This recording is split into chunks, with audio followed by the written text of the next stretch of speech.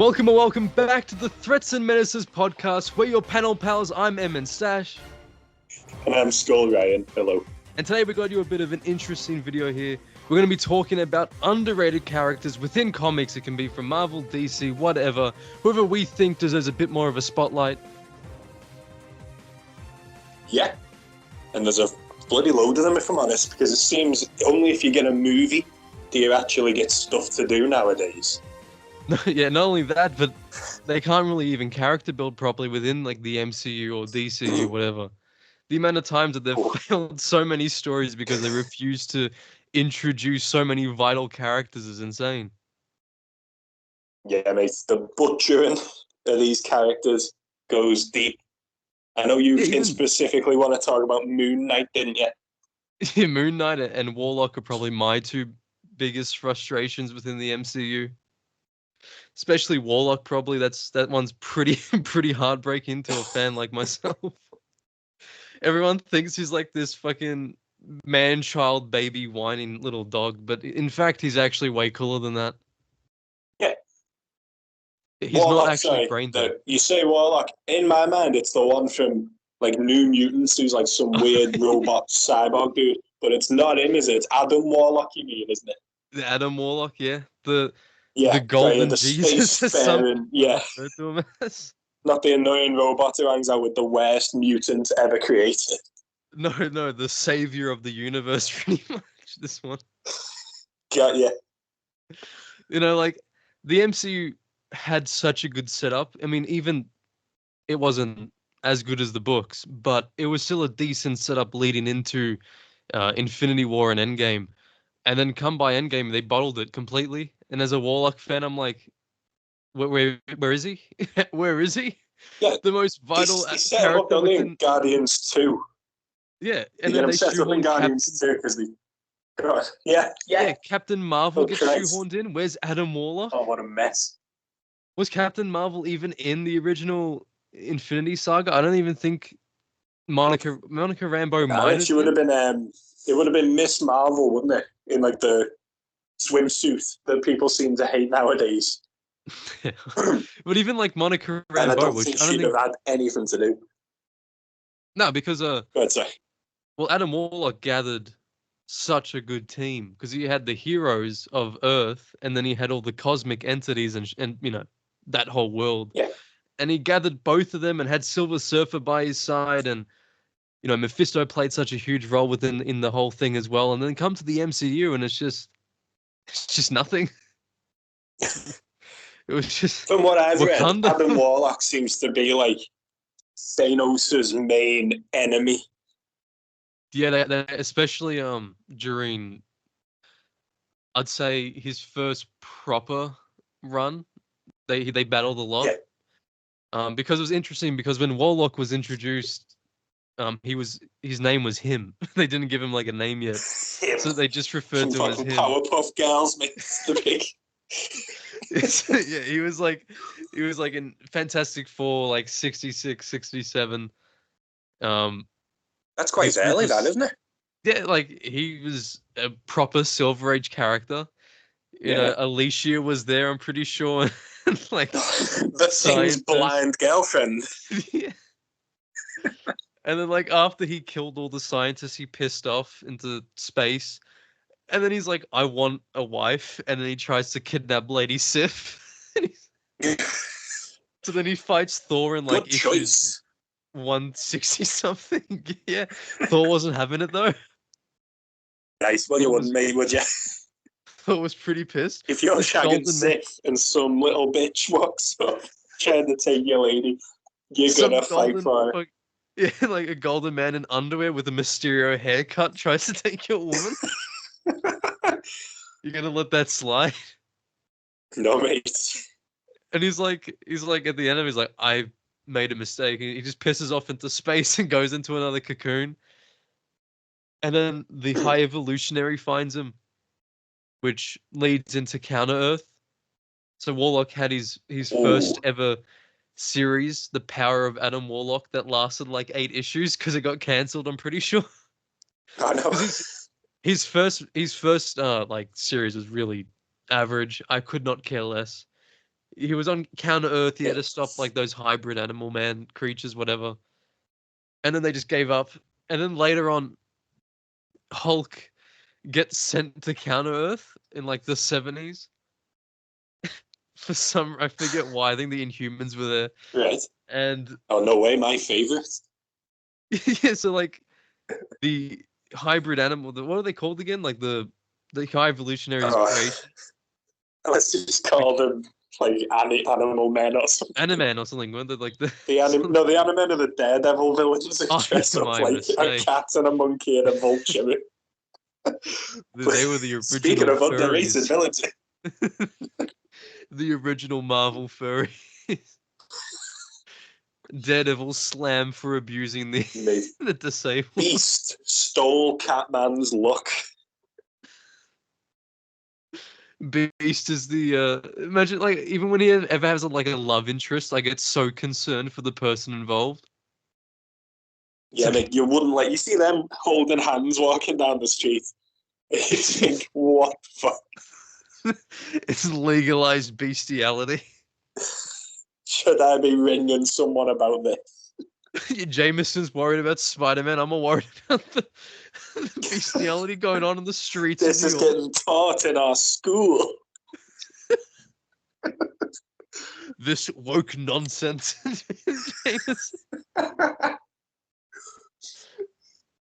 But even then, like, with those creatures from High Evolutionary, they were weird as shit. They were just...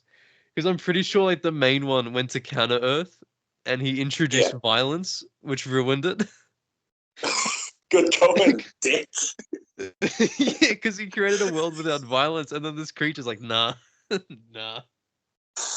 Not on my watch. The only Counter Earth thing I've ever seen was Spider-Man Unlimited.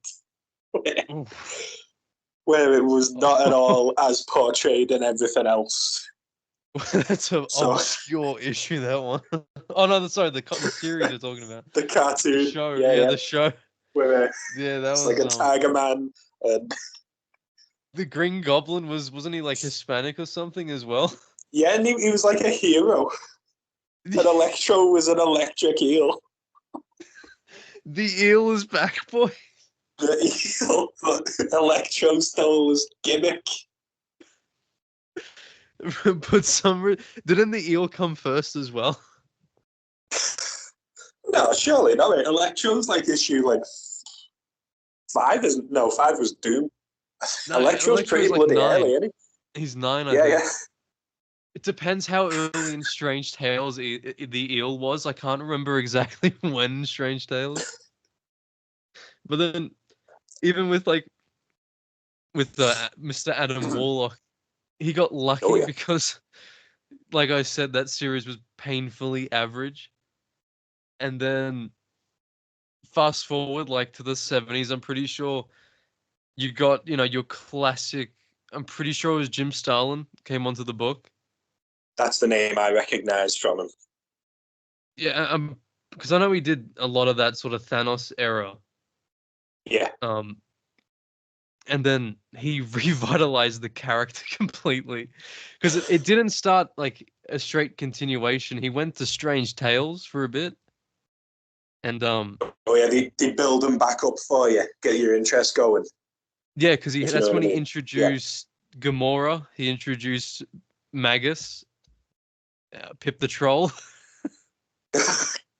Classic. Underrated. He's relevant. He is, actually. I can't believe he was in the Eternals. That's the only thing I've seen of the Eternals was just Pip the Troll in the post-credits scene. Voiced by Patton Oswalt, was he? No way, dude. The little nerd from King of Queens. Isn't he Ratatouille as well? Oh yeah, he was.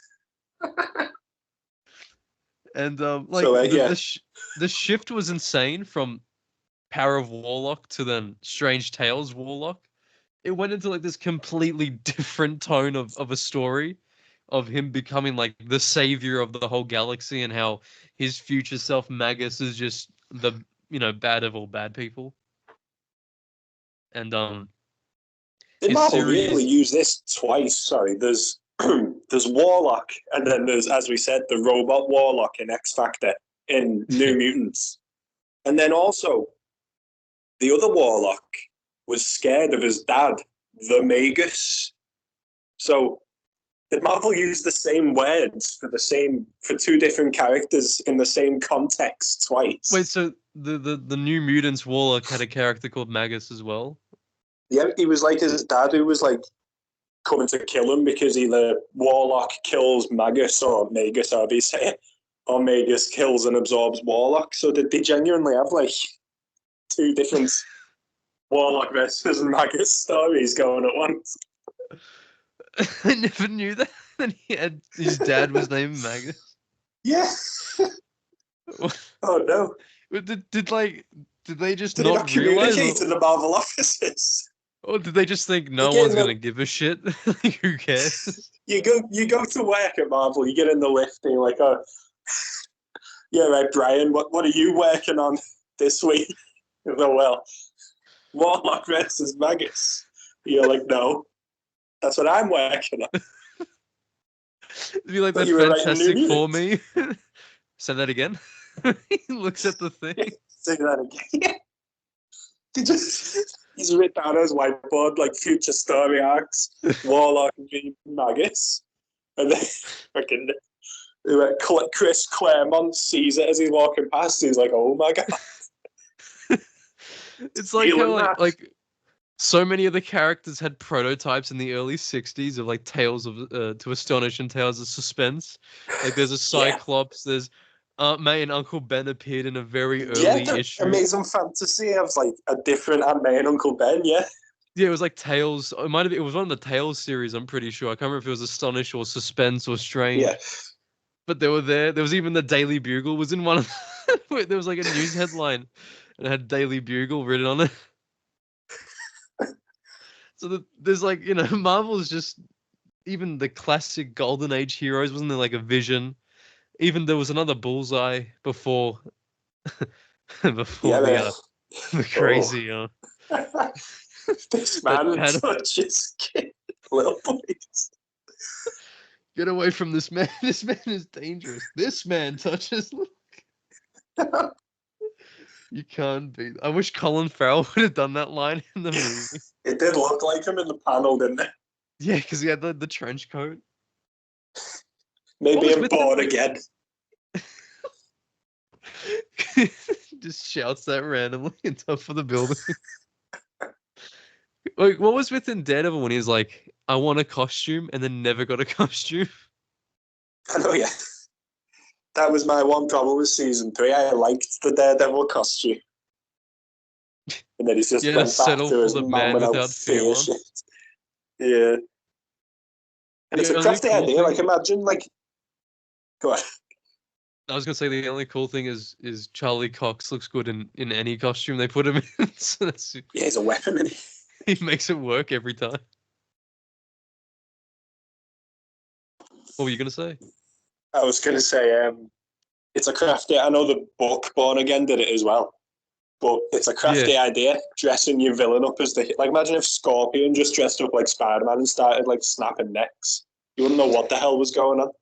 And you couldn't actually, without unmasking him, you couldn't prove that it wasn't Spider-Man because he was... would be on his ass. Oh, mate. J. Jonah would be fume. How does Jameson fit into this, you may ask? Well... I'm glad you asked, because... Get out the whiteboard, get out the charts. The Marvel bullpen would be like, how does Jameson fit into this story? But even like you could buy like the cheapest Halloween costume, and I bet that somehow Jameson would pin it on Spidey still. Someone did in Brand New Day, didn't they? There was like the Spider Tracer killer. It's just some like... Oh yeah. I think the killer was the police streamer in the end, but there was a mugger going around with Spider-Man's mask, just holding people up, and Spider-Man still got blamed for it. Even there was a serial killer in the Daredevil books in a flashback, and he wore like a cheap Spider-Man suit, mask, I'm pretty sure. And he tried to kill a woman in like broad daylight. Speaking of killing How about how they killed the X-Men because they were so underratedly bad in the Silver Age?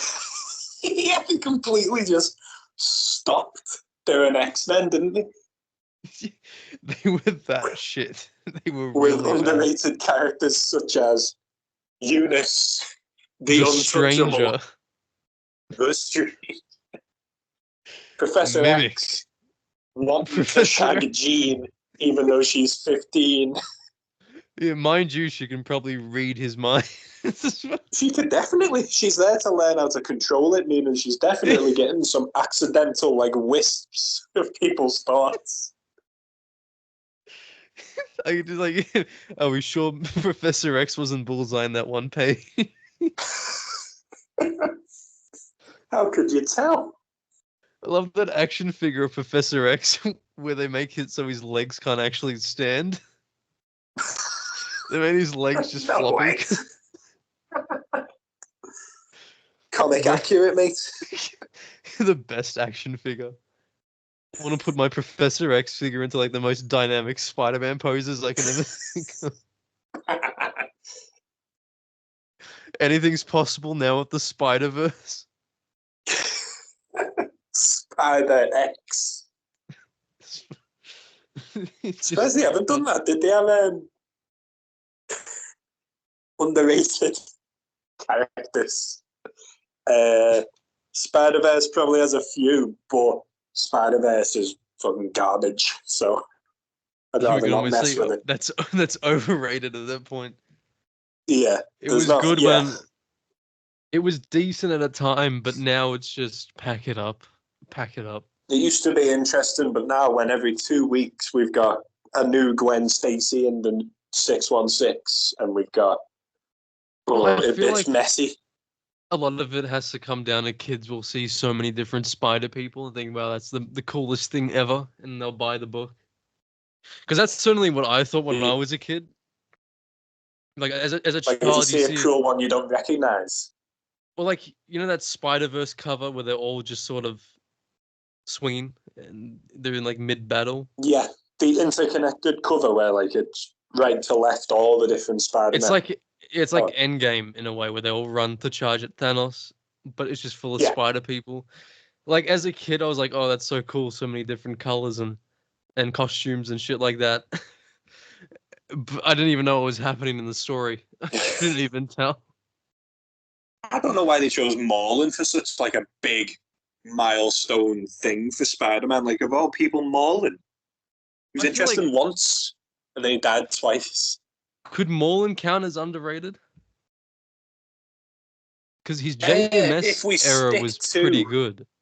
that initial story, is great, yeah. And even Especially that guy. later Didn't he on want to during die? the other, even during the other, like he was a threat and he was kind of cool. Even if that ended a bit shit. But Spider Verse introducing his family, I think Dan Slott just likes Yeah. Doctor Who or something because it doesn't feel like a Spider-Man villain at that point to me. Even like the Capcom Spider-Man just got absolutely wrecked by Morlun. And Yeah, you think, does the Dan actually Hostess like? fruit pie Spider-Man got It's like, but put does down by Dan Morgan. like Spider-Man? Does he actually like this character? Because at I every don't like think he excuse does. he just kills the Spider-Man. Like out of any excuse he gets, he'll kill him. He killed the Amazing Friends and Spider-Man, and I'd never really cared about that cartoon anyway because I was born a bit later. But Yeah. there's still people reading who they grew up with that Spider-Man and love that Spider-Man, and Dan Slott turns around and goes, "Guess what? They're Fuck dead." you. Yeah. And then he had the gall. There's a panel where Spider-Man Unlimited from the cartoon is killed, and he had the gall to claim it was the Chris Dan Barnes Spider-Man, even though it's not. It's a complete different universe. Do your research, Dan. I'm coming for you, Dan. I'm gonna lock your window. It's even a different actor. It's Reno It's a Romano, isn't different. it? It's a different voice. It's a different universe. Somehow Venom and Carnage are mates, even though they hated each other in the animated series. So, no, I'm not accepting that, Dan. I don't care what the writer says. The Venom He's and wrong. Carnage in that didn't even feel like they had a human in there. No, mate, defo. Except that episode where Eddie like gets freed for 2 minutes. But if you cut that episode, they are just spooky aliens, aren't they? Yeah, and like the designs are pretty weird. It's Yeah, like they got the kind of just like Titan a from the Arkham skeleton. games, like the Titan Joker or something. They just turned into that. I've I'll tell you been what though. playing through City myself, mate. It's brought back all my memories of how cool Batman is. I love just the shit Joker says on the intercoms, where he's just the most weirdest stuff you'll ever hear. Where it's like about like a physical check that you'll get when you join up with Joker's gang at the start of the game, and he's like, Yeah. "I know some of you are uncomfortable of a giant Russian man like shoving his fist down your throat." He's like, the good news is he doesn't usually rip stuff out or something like that. He's like, who knows? You might even enjoy it. I know I did. Do Like, what the brothers Abramovich count as underrated? They've got one appearance, and that's Arkham City. There's Hammer and there's Sickle. And then I they mean, team up back at the end. yeah, in New Game Plus, you can see them as well, just sort of sitting They're next to each hanging out, other. aren't they? They're planning something together. Well, And I then you don't never see them in mind. night. Yeah, Harley Quinn probably killed them, for all we know, from Suicide Squad. Oh, Christ. Considering she can kill the whole Justice League. Apparently, with just bullets. Green Lantern goes down to bullets. The Flash What goes I'm down to confused about bullets. is God. Batman's using fear toxin and you're doing a giant boss battle where you're just shooting straight ahead. You never change direction. It's just keep shooting forward. He's Yeah. using fear toxin. What is Batman doing? they, they'd be And all pissing Batman's themselves done on in the that ground. series is distract you looking one way and sneak up behind you. It's so shit. It was so Oh, it was shit. awful. That's overrated. That isn't underrated. No, that's not worth talking about, that, mate. It's Absolute abomination. trash. And Yeah, now and then they've we bottled it. finally They've get a gone, rat catcher. yeah, but it's a VR game. Are you gonna spend like Yeah, $500 on a VR yeah, I'm not system doing just it. to play it? I'm not doing that. But You have to what get would a special one as well. oh Christ. What let's make a distinction here. There is a difference between uh what is it? Underrated and just not used in the way that we would like. For example, I wouldn't say the Shocker is underrated because he's used a crap ton, Yeah, but then at the same time, he's not used to his full potential either. If you know what I mean, yeah. I mean, he's the not movie's used the way I bolder. would like him to be used. Oh, that was I I wouldn't even call that Shocker. I hated the fact that like they had a perfectly fine shocker and they killed him and then just gave it to the other guy. Yeah, and it wasn't even like it was He just from he wore a wasn't jacket even the that had a right quilt Shocker. pattern. Yes, he had the most comic accurate suit in that movie. I would have preferred the shocker from Spectacular Spider-Man where he wasn't even Herman. He was just was it Montana or That was the something? guy who got killed. That was Montana, yeah. The guy the vulture kills accidentally.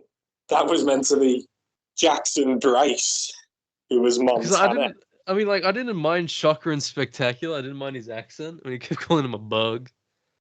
Oh yeah, I'll it squash him gave him a over bit of corn. flavour, didn't it? Instead of the generic bad guy voice you normally hear. Yeah, Even though his name, Herman Schultz, would, you know, sort of give you a guess that he might have an accent. But every time you see him, he doesn't have an accent. yeah. He's just like he's an easy boss to throw in any game, isn't he? He's in nearly every comic, not comic. He's in nearly every cartoon. He's in nearly every game because he's easy for you to just go, this guy's robbing a bank, you're Bash Spider-Man, him. go and stop him. Bash him up. He's got cool like power set for a boss fight. But I at the love you same in like time, when Ultimate he's getting Spider-Man. used, Oh no, yeah, it's you. that's what started this trend of Shocker being a loser. Yeah, because Ultimate paid him no respect. Yeah, and now nothing pays him respect. He almost got him in the comics though, didn't he? Remember when he kidnapped Yeah, mate. Spider-Man? I've And then covered it on my YouTube channel, pal. I'm pretty sure like he freaked out at the fact that he was 15 or something. He was pissed off, mate. He was ready to fry him, but like he bottles it right at the end because he lets his anger take over him and misses the fucking vibro blast. Point blank, he misses. Spidey busts The out. plot armor is just, it comes in clutch every time. It's all you need, really, to be the protagonist. Well, like, even, I remember relating to Mr. Adam Warlock, there was a couple of stories where they had like a lot of plot armor for, the team involved and such.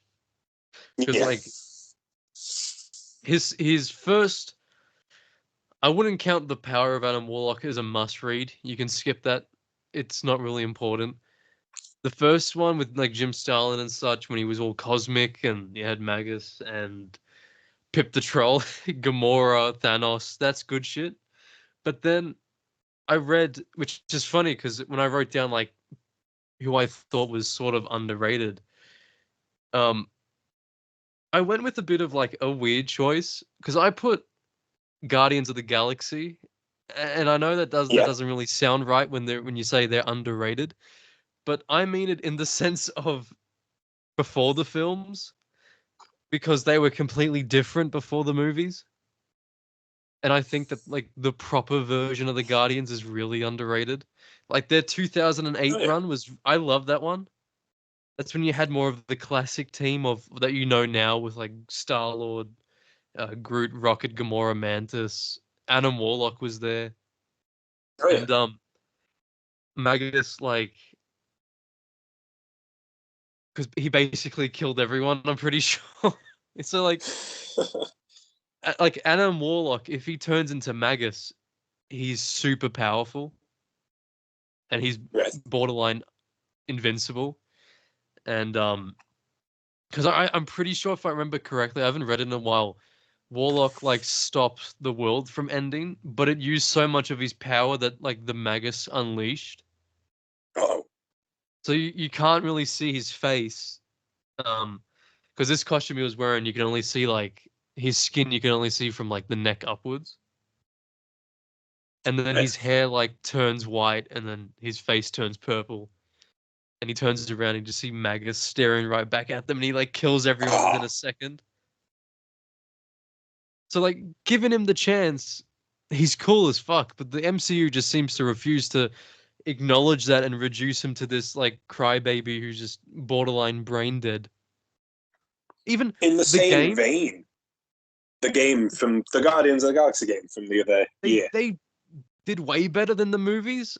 Even their Guardians team is better because it's a nice blend. I mean, granted, they still take from the films, but they take a lot from the books, and it's a nice blend of both. And it's like, I would rather watch that team in the MCU than the one we've got, because it still feels like it's ripped from the comic books.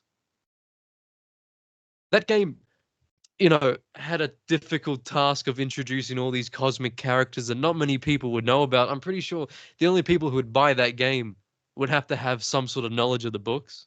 Oh yeah, they'd already know what they're getting.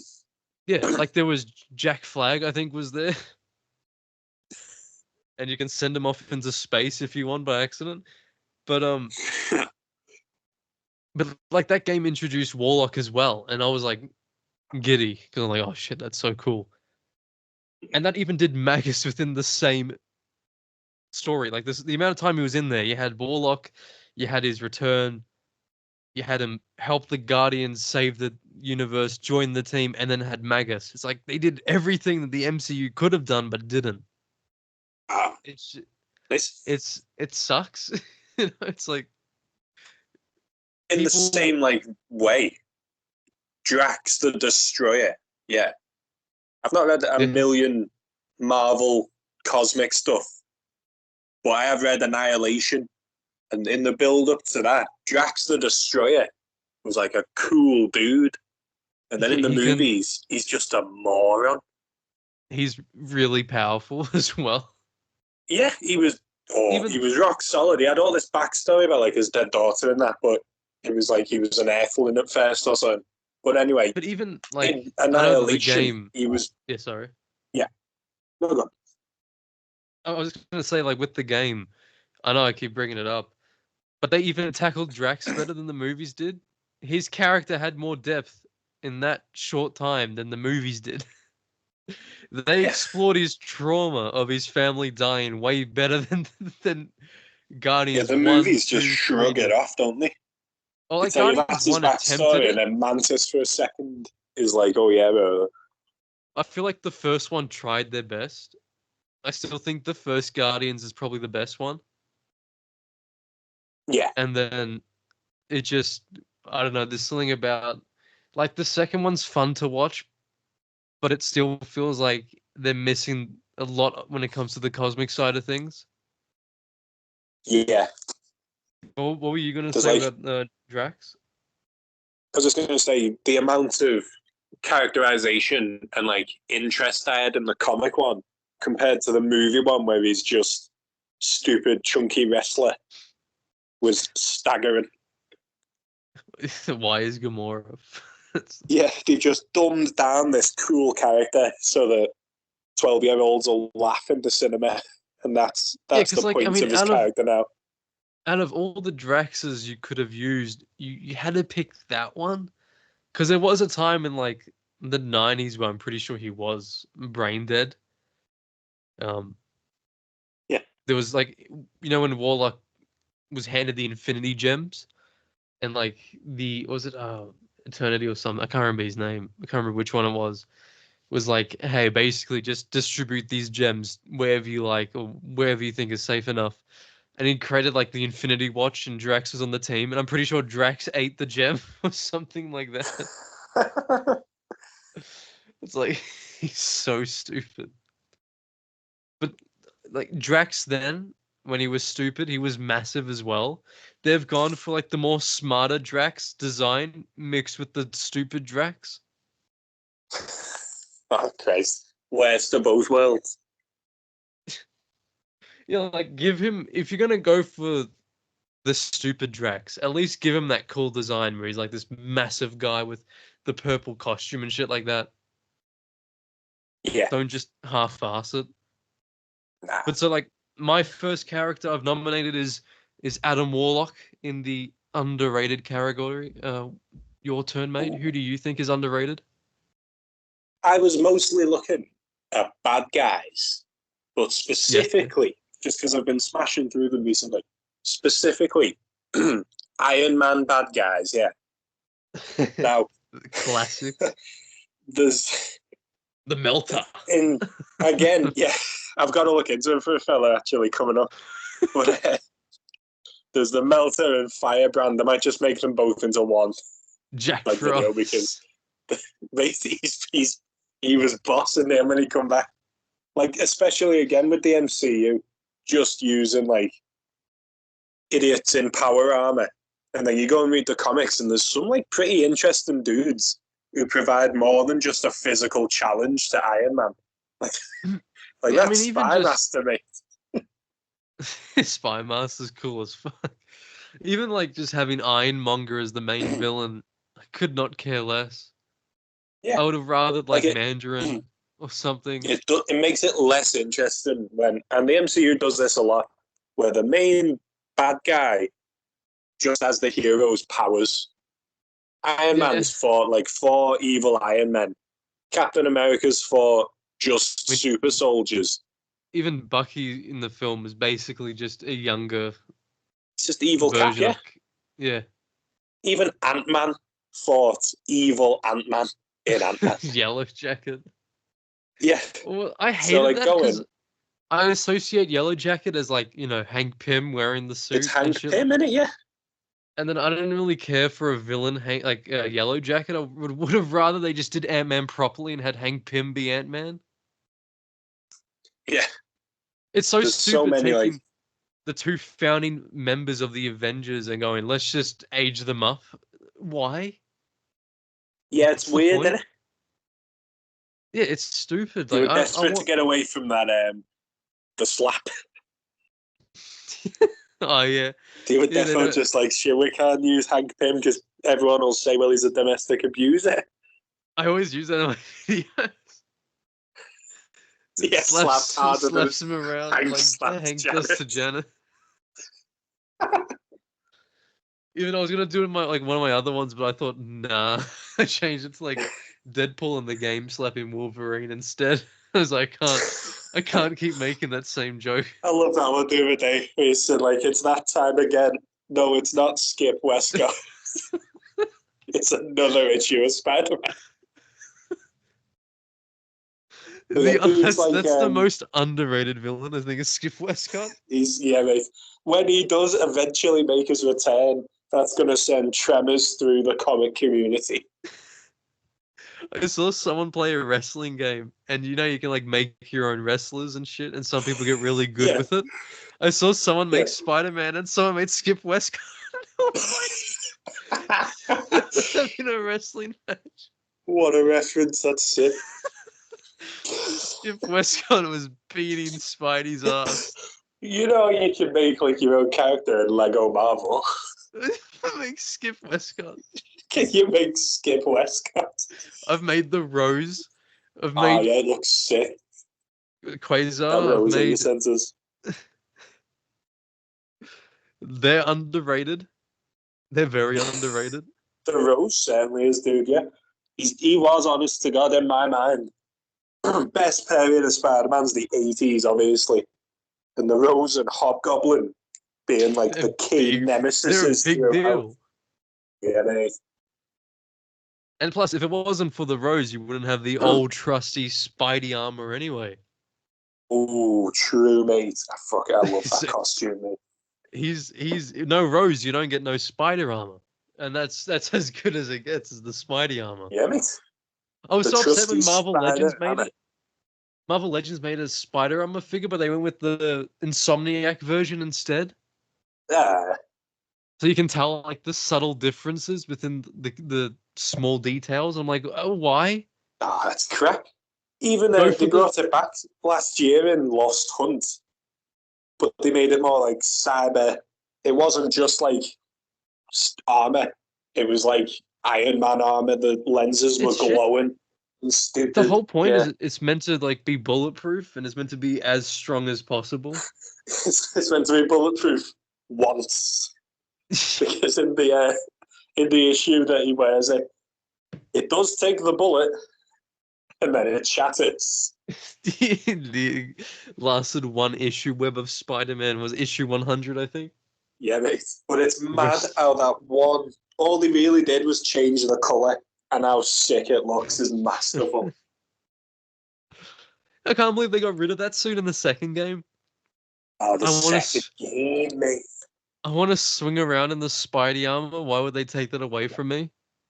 It wasn't even initially in the first one. It was DLC, wasn't it? Yeah, it was. But at least you could just replay it all with it.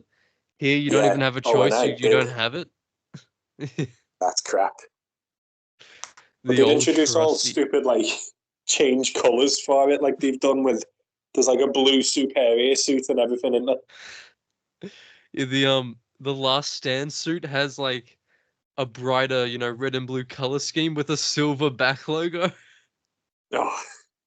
And then I got so upset because one of the other color schemes, people who didn't read Ultimate Spider-Man or play the game didn't know.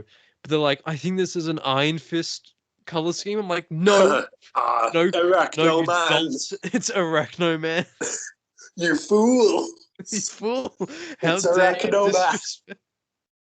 The true underrated Spidey costume is Arachno Man. The only costume I ever unlocked in Ultimate Spider-Man. Even do you see the posters around for like the movie in the game? Yeah.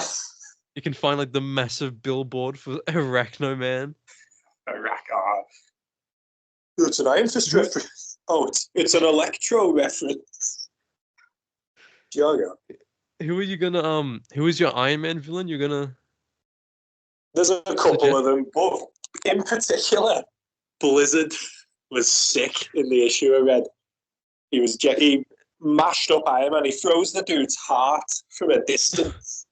And I don't see how he could have lost if he'd have stayed for 2 more minutes and made sure Iron Man was dead. I hate that cliche, where they just leave. Yeah.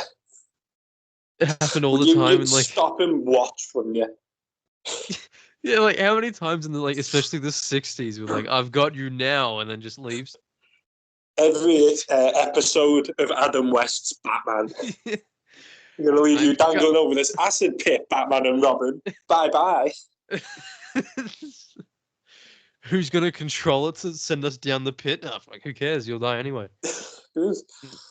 Tell you who doesn't do that shit, though, mate. White Dragon. What? Oh,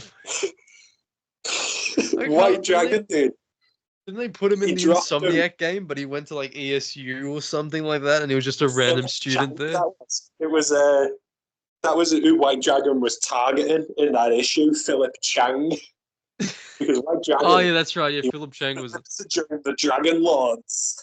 I just like, sounded like Dan Slott probably then, you know? When Dan Slott. But like he dunks Spidey into oil and then lights the oil on fire.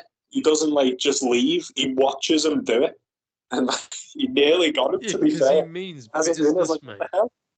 Yeah, he wasn't screwing around. But And so, obviously, got out of it. but with the Blizzard, what particular do you think's underrated about him? Is it just him in general, or is there? I don't see him anymore. Like, when was the last time?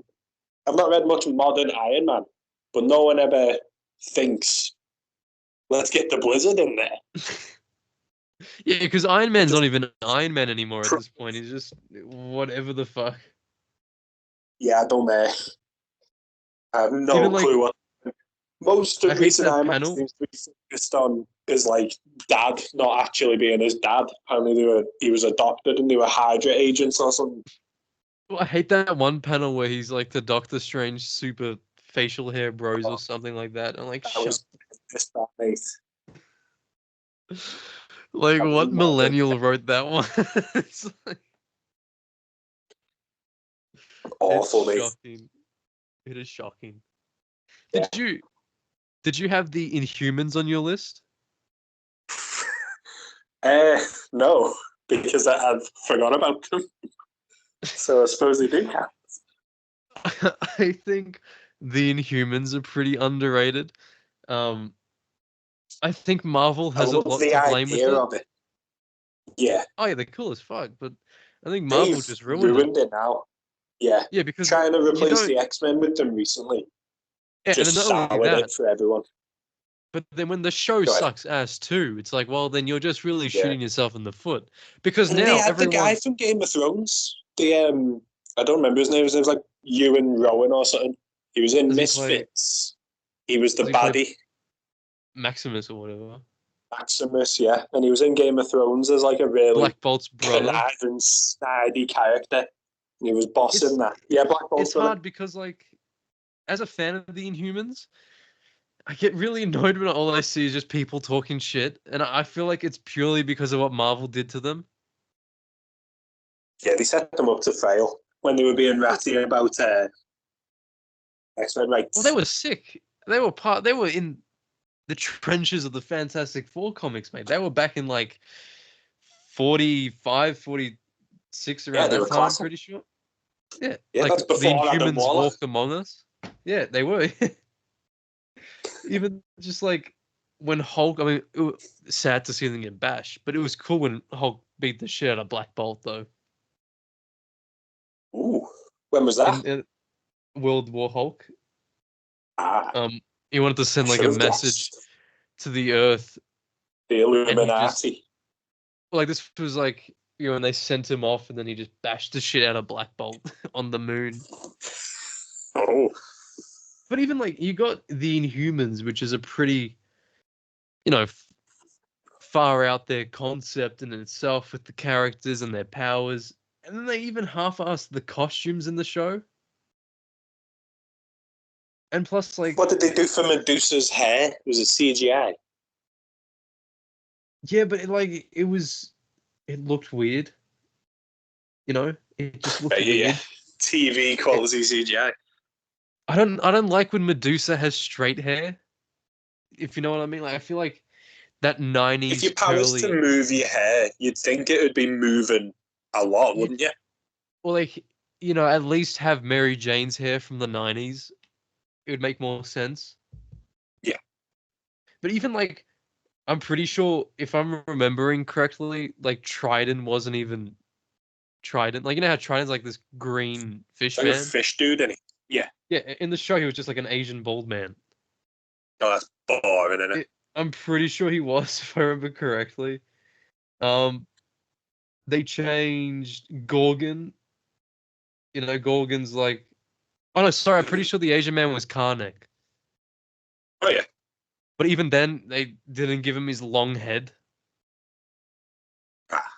That's his key defining feature. This is like, it sounds like the CW did on like The Flash, where they'll call someone Count Vertigo, but then he's just a drug dealer instead of being like anything to do with the comics. Well, even like they race swapped Gorgon, which I thought was pointless. Yeah.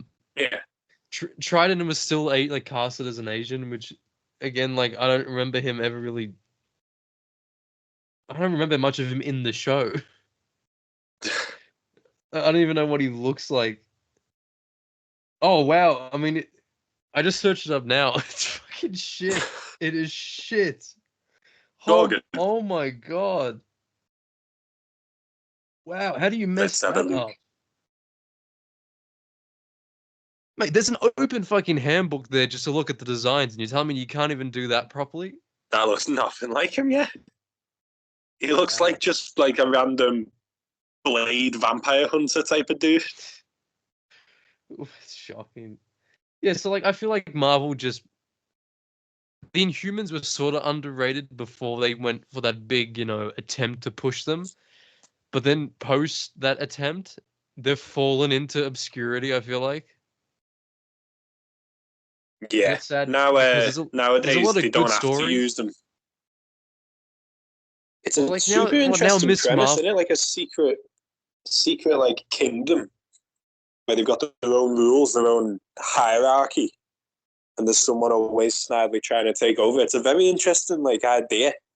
Plus, I always thought Black Bolt was cool, especially with the way he just whispers, and that Yeah, whisper can destroy a mountain. yeah, it's more of a curse than a power, isn't it? He can't talk. What happened if he like stubs his toe or something? If he just sneezes, And then the whole fucking moon's just destroyed. all of Atalan's just gone. Yeah. The Watcher, like their next door neighbors, like, what the fuck is going on? Oh yeah, the Watcher lives up there. Did He just goes over like, what the fuck happened here? What were they living on the moon when Jean Grey and Cyclops were fighting the Shi'ar up there during the In the show, Phoenix Saga? Were they up in there? the Yeah, Phoenix Saga. yeah. I can't remember when they moved to the moon. They used to live in like the mountains, didn't they? Yeah, it was like and then like wasn't there like a barrier that kept them out during the 60s? I believe so. Yeah, it was like when they're introduced, you can't just walk into Atalan. There's something stopping you.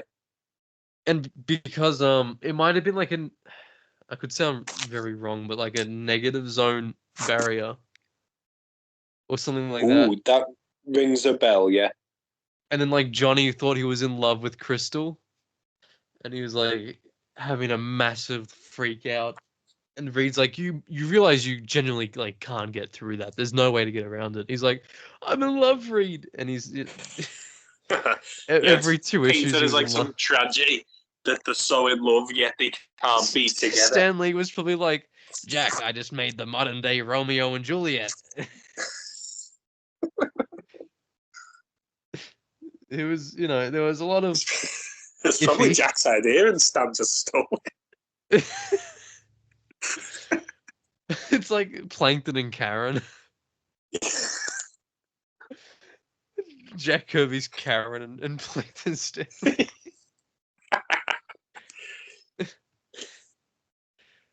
I mean, I feel like you're never gonna win like with that sort of stuff anymore. Like I'm gonna do the if this be my destiny, and Yeah.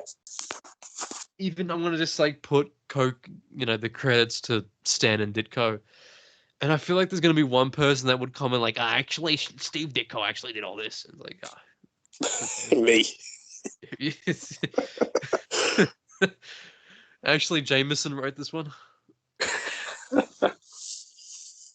Imagine if this be my destiny, but Jameson was trapped under the rubble. I gotta give it to this debris from my son, the astronaut. Instead of the ISO 36, it's a cigar. There it is. So close, yet so far. He's just trying to get his fix. What about the other day when I said Sins Past, but Jameson? That must have been some sort of image. Fantastic, mate. After that Savage Land adventure they all went on. Yeah, perving on Gwen Stacy, you dirty old man. I'm sure he was friends with their father as well. Yeah, I'm pretty sure. Even like, I remember in Spectacular Spider-Man, the magazine, where they had the Return of the Green Goblin back in like the 70s. And he was like, I'm pretty sure he was pals with them. Yeah. He was definitely respecting him anyway. I was reading Daredevil and Ben Urich and him were having an argument. And he was saying something about like how Ben Urich's what he's doing isn't doing him any favors because he was trying to protect Matt's identity. And then Ben Urich says to him like, that mustache of yours isn't doing any favors. And then Jonah's like, hardy ha ha. Something like that. I remember in a Captain America panel where he storms in to tell Jameson off for obviously giving Spider-Man shit. And he looks right at his mustache and Captain America's brow just furrows. He's like, oh, you son of a bitch. That'd be like trauma for him. Yeah. Get like a war flashback by just staring at Jameson. It's actually, I would actually say that Captain America, people are going to go like, how? But Cap is underrated because when you look at his comic books, they're dirt cheap. I've been smashing through Captain America recently, and no one really reads his books nor buys them. Yeah, it's mad. Even Daredevil books are cheap. they're really Daredevil's cheap. In that sweet spot for me, mate, where like you could easily he's collect popular them all. enough. People, he's popular enough that people know like who he is and think he's cool, but he's not so popular they'll ever do anything crazy like give him a Miles Morales type of sidekick. I wish I just went with Daredevil instead of Spidey with this commitment of trying to complete Volume 1 because I'd probably be done with Daredevil by now. Yeah, and you'd have saved a bit of bob as well there, mate. Less money involved, just maybe one or two, 5 important key issues and that's it. You're done. Spidey, it's like, nah, fuck it. All of them are key issues. But who is next on your list of villains? Oh, man's a hero next. Oh, you got a hero? And okay. Yeah. Now, you may have heard him, you may have not. And he is kind of just like Spider-Man again. But his name's Sideways. You heard of this guy? So, where's he from? Which issues? He's from DC, yeah. And when they did that stupid event of like all the different Batmen that had Justice League powers took over for a bit, remember that? With like the Joker, the Batman Who Laughs. Did Dan Dido create him? I believe he did. Fuck. He teleports and he's got like interdimensional powers. And he is kind of like DC's Spider-Man.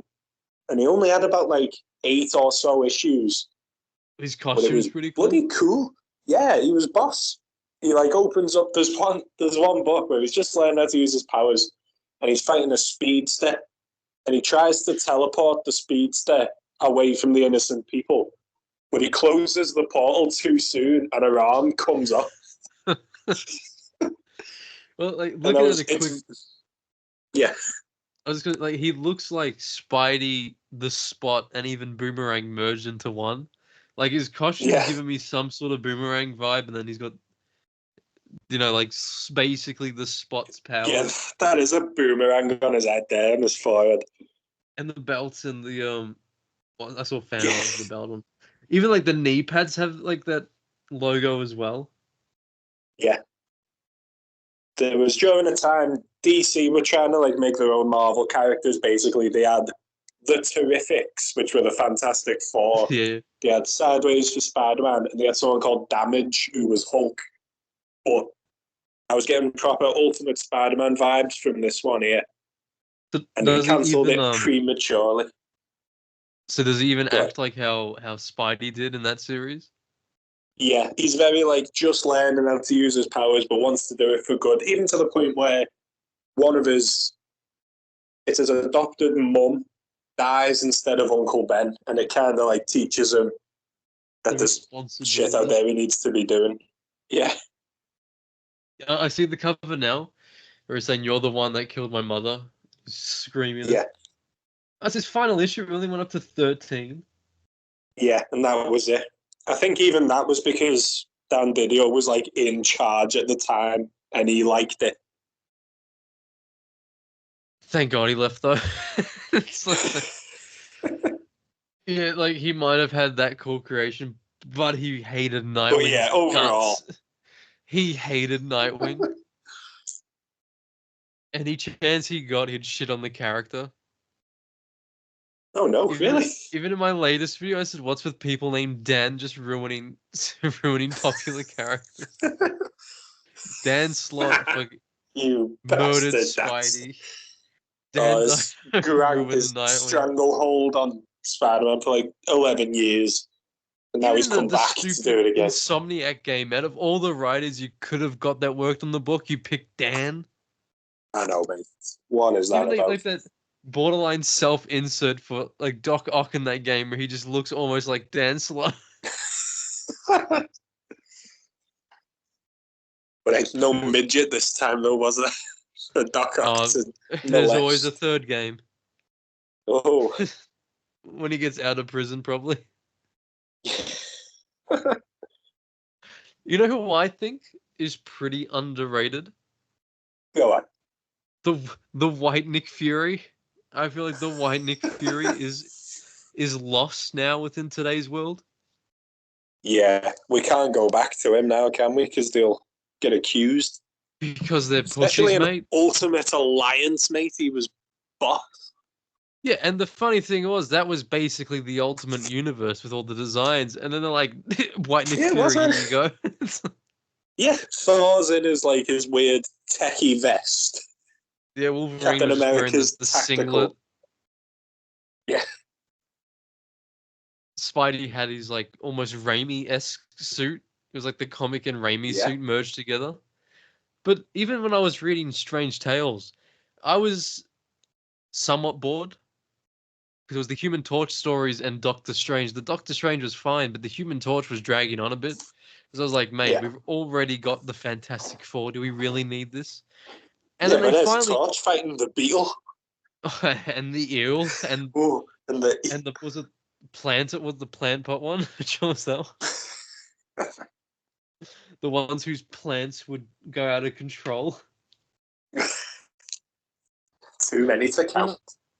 But I was like, thank God when he finally left the book. And then they put Nick Fury in, and I was like, okay, so this is the introduction to S.H.I.E.L.D. and Hydra. They were like some of my favorite books of the 60s was the Strange Tales Nick Fury stuff. And not many people have probably read those stuff, and they're really good. And why Nick Fury is actually cool as fuck, but no one gives him the time of day. Even like Samuel Jackson. Too much, didn't he? But even like the movie Nick Fury, I never felt like he was Nick. He never like. He doesn't really take charge of that, does he? He didn't impose me as someone who could obviously he wouldn't be in the war because it's set way later. Yeah. The present day. But he doesn't even feel like someone who could lead the Howling Commandos. He doesn't feel like someone who deserves to be the director of S.H.I.E.L.D. Like Nick Fury in the 616 clearly deserved to be director of S.H.I.E.L.D. Yeah, mate, he had a When Nick, contingency plan for everything, didn't he? but he earned his stripes within the war, Yeah. leading the Howling Commandos. Even some of those stories were fun. Like you learn how Nick gets his eye patch, and I think he falls in love with like a nurse for a little bit there. And like they try to put him in a suit, and he's so uncomfortable by it because he's like that typical like tough guy that doesn't like to wear anything restricting. Yeah. Gotta let the boys breathe, love. So he's. But yeah, like Nick Fury, bring back the OG Fury. I miss the cool one. They did panic, didn't they, with after Secret War, well, even before Secret Wars 2015. Ever since the MCU started coming out, they've tried to just make that the comics, and they It's failed so quite suited by spectacularly. like having him be the son of the White Nick Fury. Yeah. They just happen to both Maybe the lose an son of eye. Amanda Waller. I'm your daddy now. Fucking But hated that you're scene in making him lose Suicide the Squad. same bloody eye, mate. Yeah, that's how Amanda Waller gave birth because she's the mother and daddy. Because according to the game, that's what she said. That's how it happens. That That's how it moment happened with Nightcrawler as well. when the head exploded on Amanda Waller, that was the conception of Nick Fury. That's why she was spiraling, like saying that I'm the daddy's, because she lost her mind. Do you count the OG Nick Fury as underrated? I Would you would more than give nowadays, it? definitely. To the point where, He like, was when he cool. turned up, like, as I say, I've been reading old Captain America, like, the Serpent Society stuff and that. And when Nick Fury does turn up for a second, I'm like, oh yeah, that's Nick Fury. Because you're not Yeah, expecting David Hasselhoff anymore, are you? he literally commands what's the word? Your attention whenever he's on the page. Yeah. Like he's literally got aura dripping off the page. I bet if you like put your hand like where your comics are, you could feel like the gravitational pull towards Feel the the ones with Nick warmth. Fury. You could just tell by just doing that. Close your eyes, you can randomly feel he's right there. It's cool as fuck. I I love him. feel like I've recently read something where classic Nick turned up, but now I can't think of what it was. I hope he's not dead. I hope not. Last I knew, he was the new Watcher after that Fear Itself crap. What the fuck? I do feel like he's turned because I remember thinking like, oh look, you've used classic Nick, but now it's escaped my mind. Even just when you search up Nick Fury on Google, it's just Samuel L. Jackson. Yeah. Well, the thing about Sam Jackson, it to me, it's the same as like Dwayne Johnson, where you see him in a film and you don't think that's that character. I straight away go, oh, it's Sam Jackson, or oh, it's Mace Yeah, I just Windu. think of Pulp Fiction whenever I see. Yeah, yeah. You know it's the actor if you know. Like obviously we know it's the actor, but on contrast, what's his name? Who played Jim Gordon in the Nolan Batman films? Gary Oldman. Yeah. Whenever Gary Oldman's on screen, I'm thinking that's that character. But whenever Sam Jackson's on screen, it's always just, oh, it's Sam Jackson. Even when J.K. Simmons played Gordon, I still thought to myself, that's just not Jim. Yeah. It just doesn't feel like Jim Gordon to me. All I can see is Jameson. It's like, I can never see J.K. Simmons in anything else. That's why Hey, like them DC films went wild with like casting the Raimi characters, didn't they? Because isn't Willem Dafoe Aquaman's friend? he looks so weird. Yeah. You mean they killed my mother because of me? Like, I hated But that scene Aquaman is so. underrated as well. Well, he just gets the butt end of the joke. Like even in He does. Peacemaker, they just kept saying he fucks fish. Oh yeah, the lowest hanging fruit you can take, mate. That's like the boys' joke, isn't Well, except he does it. it? Yeah. But like Aquaman, I've read a bit of what? I keep forgetting the names. Is it Simonson or did he do Thor? There's a dead cool Aquaman. It's when he's got the hook hand in the 90s. I remember he had the And hook hand in the show. there was a few issues. Let me remember. Like an Eskimo girl he used to be with becomes like a water goddess or something. But the whole saga was dead cool, and I was like, "Holy shit, Aquaman's boss!" And this was before the New 52. He always just gets made fun of, but he does actually have a lot of decent stories. And even, well, I would always get like pissed off when Aquaman was sort of popular when the films were coming out, and then people had Yeah, no idea who Namor was. yeah. Or like when people would say Namor was an Aquaman ripoff, and I'm thinking, mate, you couldn't be God, more wrong. You could not be more wrong. And then Time they and finally Tide, I think it was called. we waited all this time for Namor, and they bottled him as well. Yeah. Again, The the MCU MCU should be strikes again, mate. banned. That Yeah, they should be Mysterio banned. was a travesty.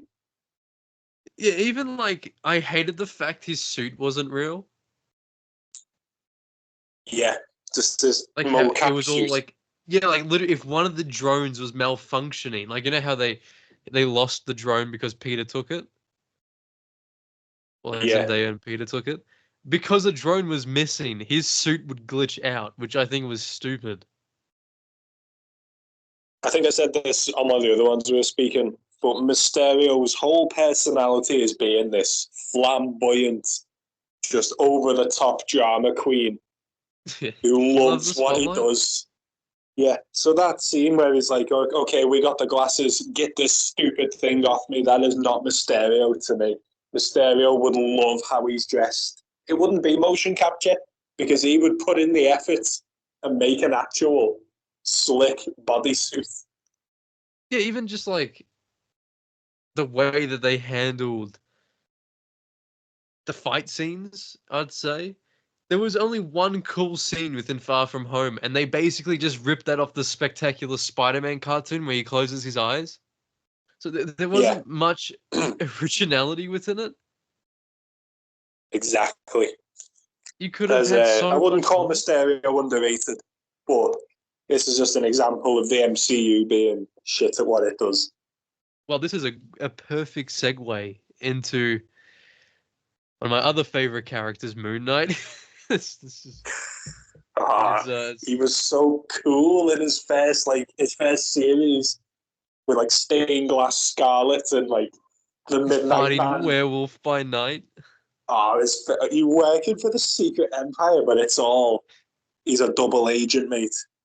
But even like before the show, Yeah, severely underrated. And then similar to like to Warlock, post the show, people know him, and he even has like a fan base from that show. But that fan base doesn't understand how horrible that show actually is.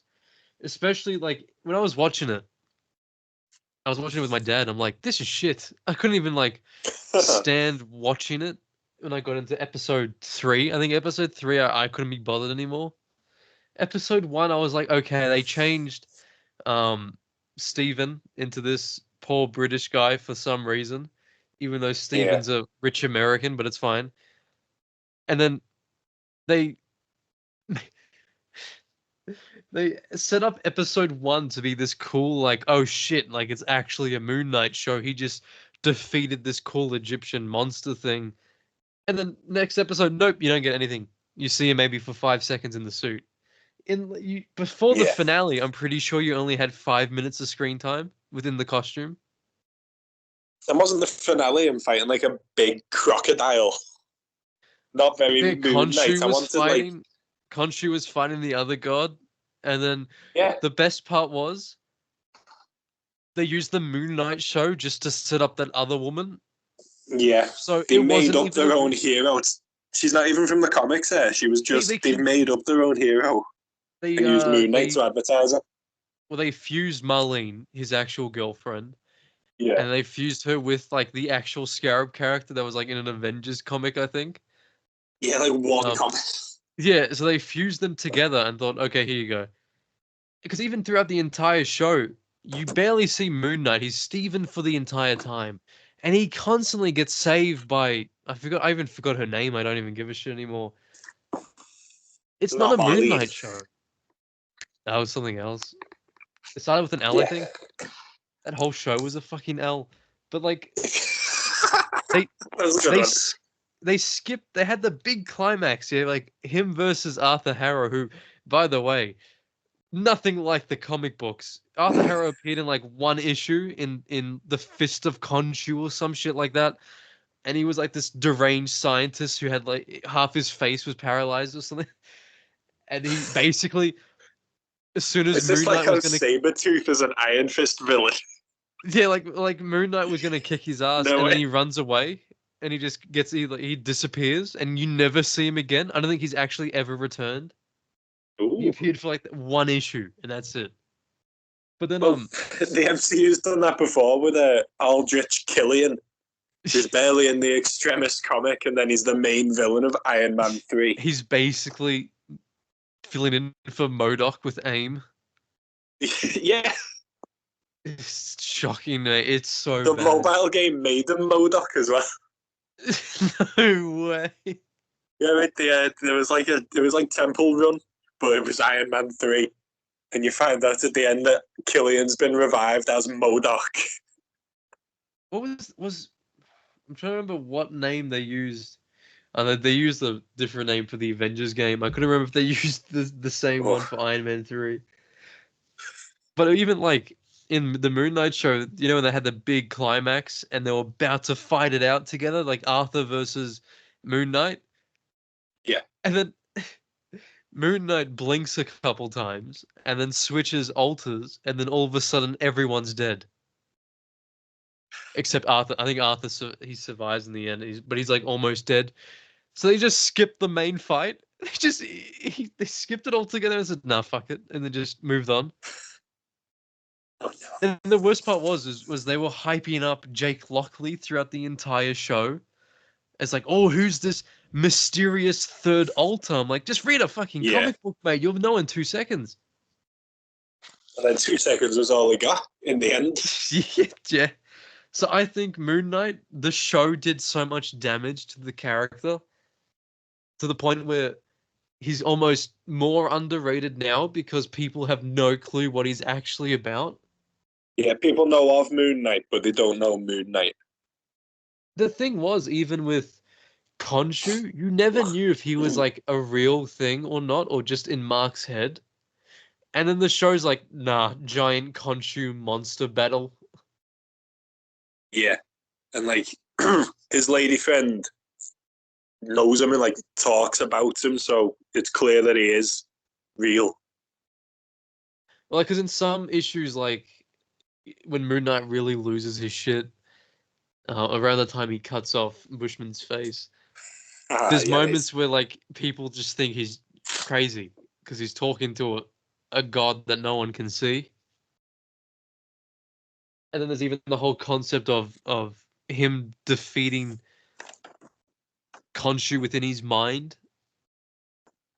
And it's, you know, that during makes the it Civil War, Captain America goes to Moon Knight, and Moon Knight's like, good, you've come to recruit me to your outlaws. And Captain America goes, no, I've come to tell you, stay away from me, you weirdo. So, yeah. he randomly pulls up in Web of Shadows as well. Oh, that's my favorite bit, dude. It's like, do you want to go? It's the only hard choice in the game because I'm like, do I want to go hang out with Black Cat Yeah, or or Moon Knight? Shit. Yeah, even some of the things he says are just funny. He's like, Moon Knight, hello. He's just good.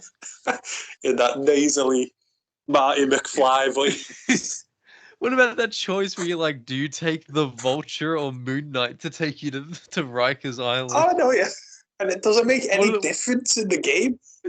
Yeah, how is it like a good or a bad choice? They do the exact same thing and they both piss off at the They're end. both trying to help you stop the symbiotes. So who cares who gives me a lift? We're not like having a conversation on the way there. That game pissed me off how it was like, let's go get the Tinkerer. And when I was like playing it through the first time ever, whenever it come out, I was like, why are we getting the Tinkerer and not like Dr. Octopus or someone cool?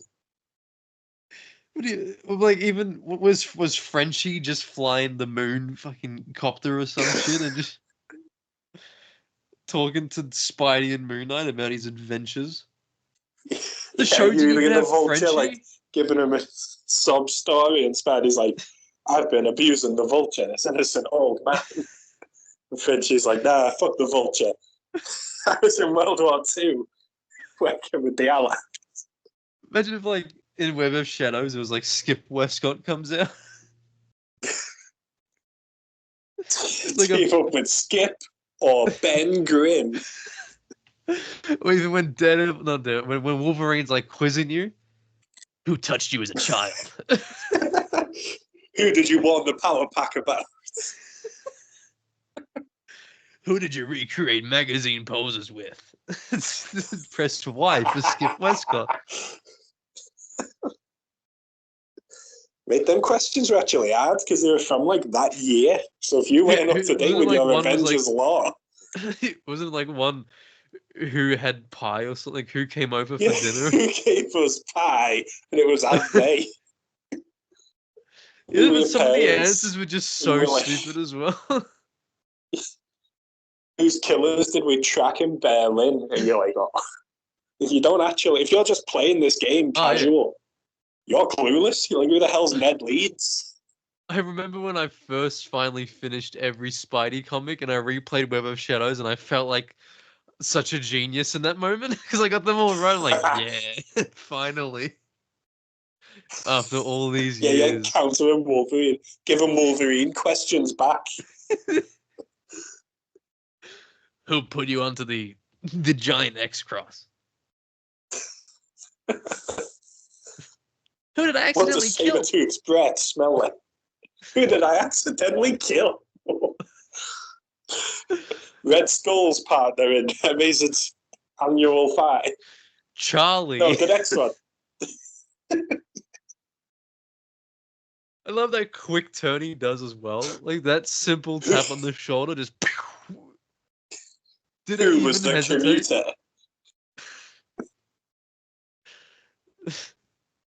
Yeah, it's just jaws and takes her face off, mate. Who did Professor X have a crush on? Was Iceman gay? No, that's a proper like love square. You got Jean Grey, Cyclops, Wolverine, and Professor X. Who will she go for me? Poor Storm is getting nothing, and you got Jean Grey, got everyone. Even the Angel like her, didn't he? Redheads. Even the Angel was a fan. I think it was only Beast who wasn't into it. Yeah, because I remember the Beast and Iceman would like hit the town in the 60s. And they were talking to like these two girls constantly in the 60s, and one of them was like named Zelda. Ooh. Don't know what Stan was on at the time. Remember when the Beast was like sexting with the Blob in Ultimate X-Men? Tastes like the Blob catfished him. Yeah. I think the less we know about Ultimate X-Men, the better. It may be, yeah. Incest, cannibalism. And the Wasp. Cap. And Cap, you're just old-fashioned, Cap. Come on, Cap, it's the 20th century. Let the brother and sister fuck. It's like that really shitty Godfather 3 plotline with Scarlet Witch and Quicksilver. Awful, mate. And Captain America's Michael Corleone. For like all the good Ultimate did, like for Spider-Man, it did a lot of shit for everyone else. Even Moon Knight. Wasn't he evil? Like he got killed. He was. He got like another identity, the Ronin, and then he was the Ronin. That's right. Shoots up Peter's school. Gets killed by Fisk, comes back to life, and goes into witness protection. And that's it for Moon Knight. Thanks, Marvel. But like, if you're like looking to get into Moon Knight books, I'd say you'd go for Volume 1. I feel like it can get a bit weird and wacky and sometimes, dare I say, a bit boring when you get further into it. Um, but it's still essential, I feel like. Mark Spector was pretty good. I was a big Yeah. fan of, I can't remember the writer's name, but when he cut off Bushman's face, that's for like, if you like the more gritty Hardcore stuff, Moon that's Knight. where you go. Yeah, like that's if you like Punisher Max, you'll like that shit. And I really enjoyed Jeff Lemire's run when he did that real psychological thriller. Where you like fight ghosts. Now it's like it's got like that Who am I mental thinking? institution, and then you don't know if it's real or not, and then he has to like there's that cool page. I don't know if you've seen it where like they put Mark puts his hands on Khonshu's head, and then you see each altar, and then the final one's Moon Knight. And he's like, "We're Moon Knight," and then he crushes Khonshu's skull, and it symbolizes that he's like Oh. free from the burden of this god that he idolizes. Oh yeah, that's come up here. Yeah, that's sick. Is this the run where it starts with him like fighting werewolves on the moon, and it's like a movie set? I remember, but I can't remember if it's that one or not because I think it might have been part of the time. The I've got Mr. Knight the stuff was panels good. up I here. found that fun when he was Mr. Knight. Yeah, that's what I thought you were on about. Then there's a cool few issues there actually where there's more psychedelic. Like he fights a bunch of ghost punks by gearing up in like ancient Egyptian armor. Well, Uh, Mr. Knight's really good with the action as well. Like there's this massive issue where it's just fighting, and then the guy that he's chasing runs to the rooftop, and then he gets his moon copter whatever, and just yeah. crushes the guy with with it. And then he's like on the ground, like spazzing out, and he goes up to him and he just starts talking shit. I like the bit in, I think it might be that exact issue, but it's definitely that run where the fella's like, why can't I hit you? He's shooting and shooting, but he keeps missing. And Moon Knight just goes, I'm not real. And he throws a moonerang at him. I love And there's those a edits cool of panel where with Dracula in that. Yo, Where's where's my my money? fucking money, Dracula? You big nerd. He like chucks a load of shit out his cape down and he just goes, random Random bullshit, go. bullshit. Go. Even like have There's you a seen that cool one with panel. Spidey? Where Yeah. he's like, "Hey Steve, I'm Mark." He's like, "I'm Mark now." Hey Mark, I'm Steven now. Yeah. I'm back to Mark. Can't decide. Remember when they were the same character? What was his name? Arachnite. Yeah, they had the costume in the game. Did they? Can we No stop way. merging characters? Like, they just made Nightcrawler Spider-Man recently. It's just They pretty. did. I was going to look into that because like I like Nightcrawler and I obviously like Spider-Man. And I know he shags Silver Sable, which gives him my respect immediately. The uncanny Spider-Man. So, I don't know. Sleeping with Nightcrawler is going to be some sort of sin. I feel Ooh. like. Yeah, that tail, mate. Isn't it like prehensile means like sticky, doesn't it? So why is his tail sticky? Skip Westcott, anyone? The vulture's in that book, isn't he? And he's like a super racist. Because you gotta be. You can't just hate a specific mutant. You've got to hate them because they're a mutant. Just like how Jameson loves mutants but then hates Spidey. Yeah. So if Spider-Man just went up to him and said, "I'm a mutant," would that just make him change his He'd whole be like, viewpoint? shit. Yeah. I love that Ooh, one page where he's underrated like, character. I've just thought of another one. But go on. yeah. I'll do it after this. I was gonna say like that one page in court where he's like, Jameson's been hounding me all these years because I'm black. And then he's like, I'm oh, I could. black and he He's like, balls how him. could? He's like, how could I know? They must know though, because the amount of times his costume gets mashed up by dudes like Scorpion or like Rhino, you'll see his arm flesh through the I'm suit. sure, the book, everyone seems to forget Webbs would have had some depiction of that as well.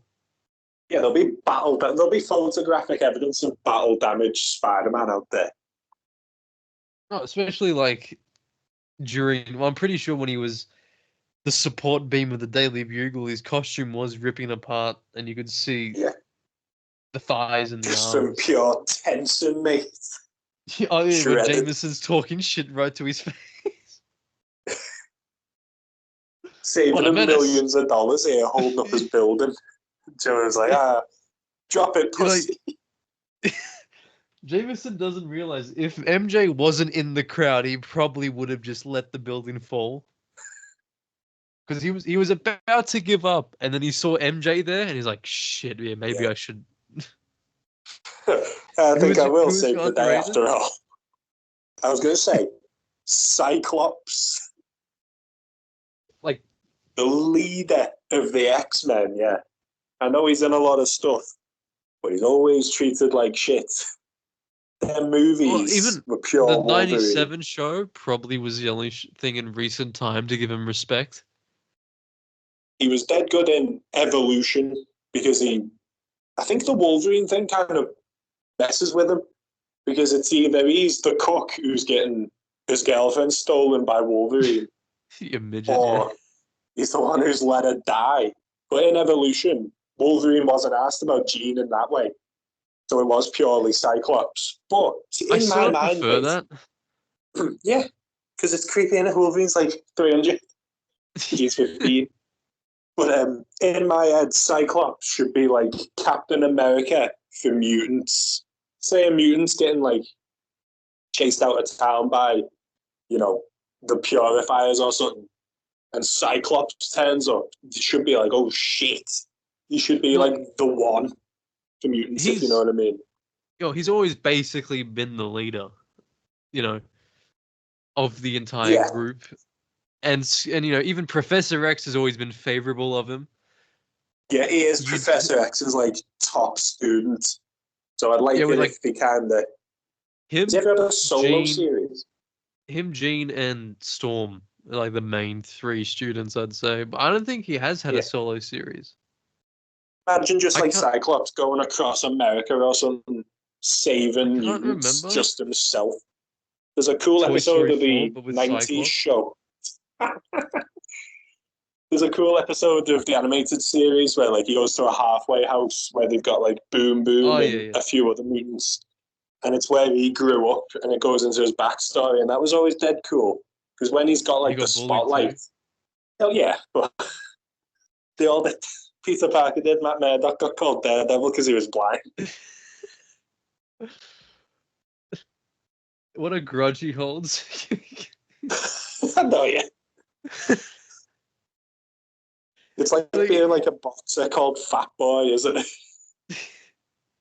Well, but if the Kingpin was just called My Weight. End of the line, my weight. This city beat you, my weight. Daredevil, my weight. Caused me great pain. All he has to do is trap Kingpin in a corner, and the only escape is a ladder. He can't climb. You're gonna get that shitty moan from him again when he tries to climb. Mate, that backstory.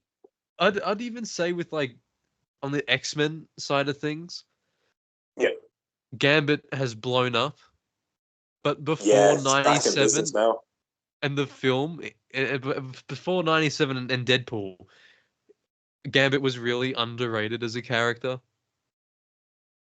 Since that film's come out, I've seen like a dramatic increase in people wearing Gambit shirts out and about. I've never seen so many people try to make a Gambit costume going, what am I going to name for myself over here?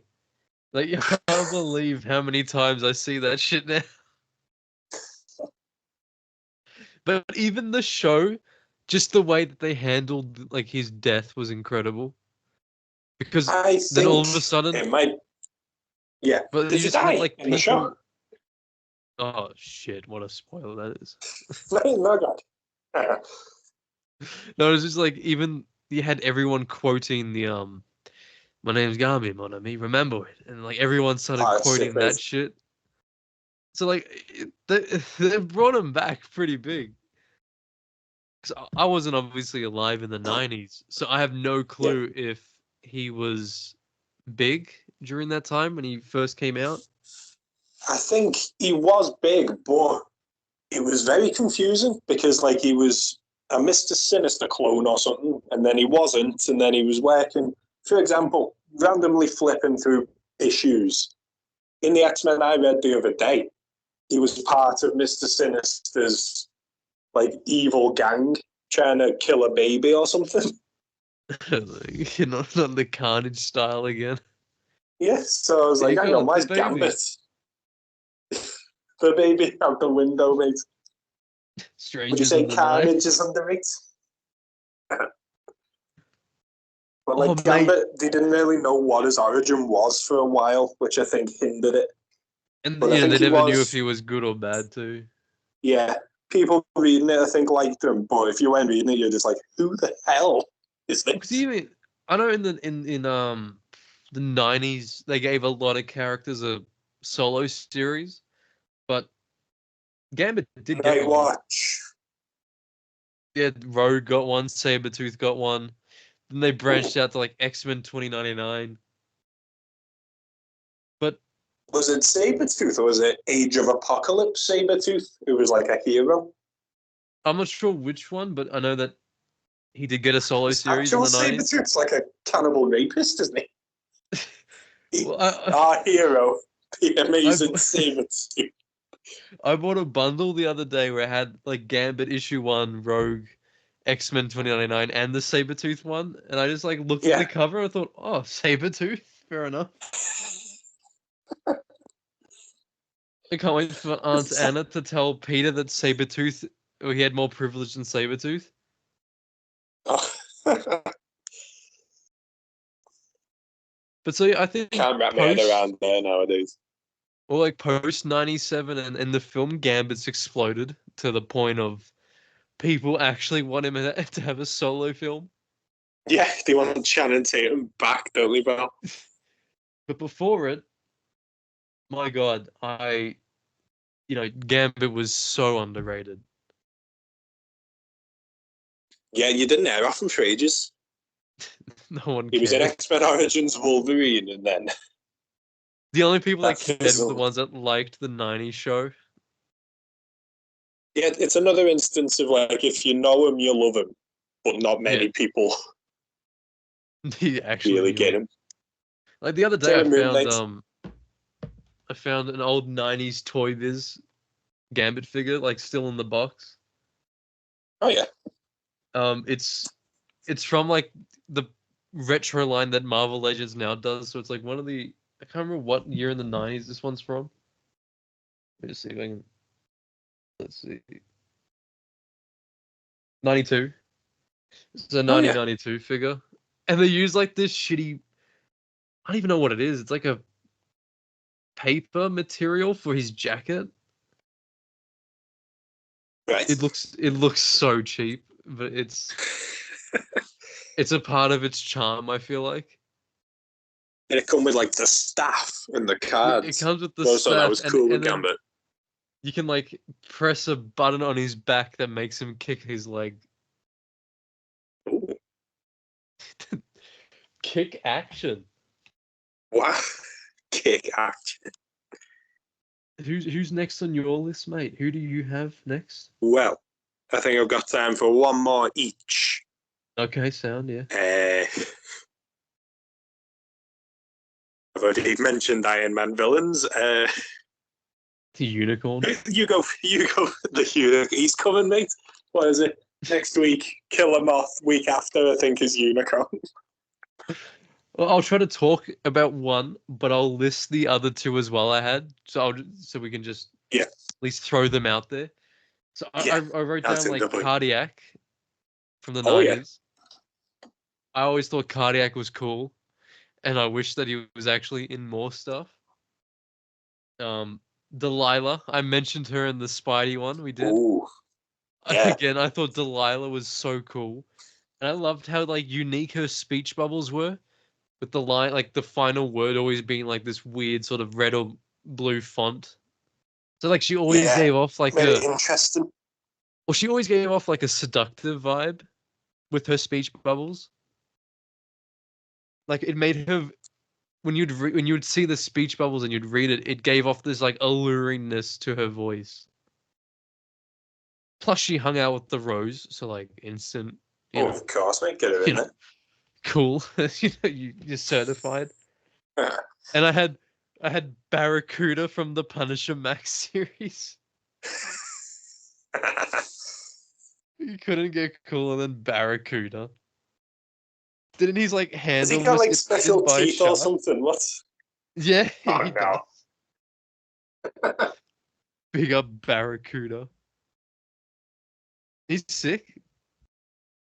There's that one Yeah. cover of where he's like about to feed a baby and he's got the biggest grin on his face.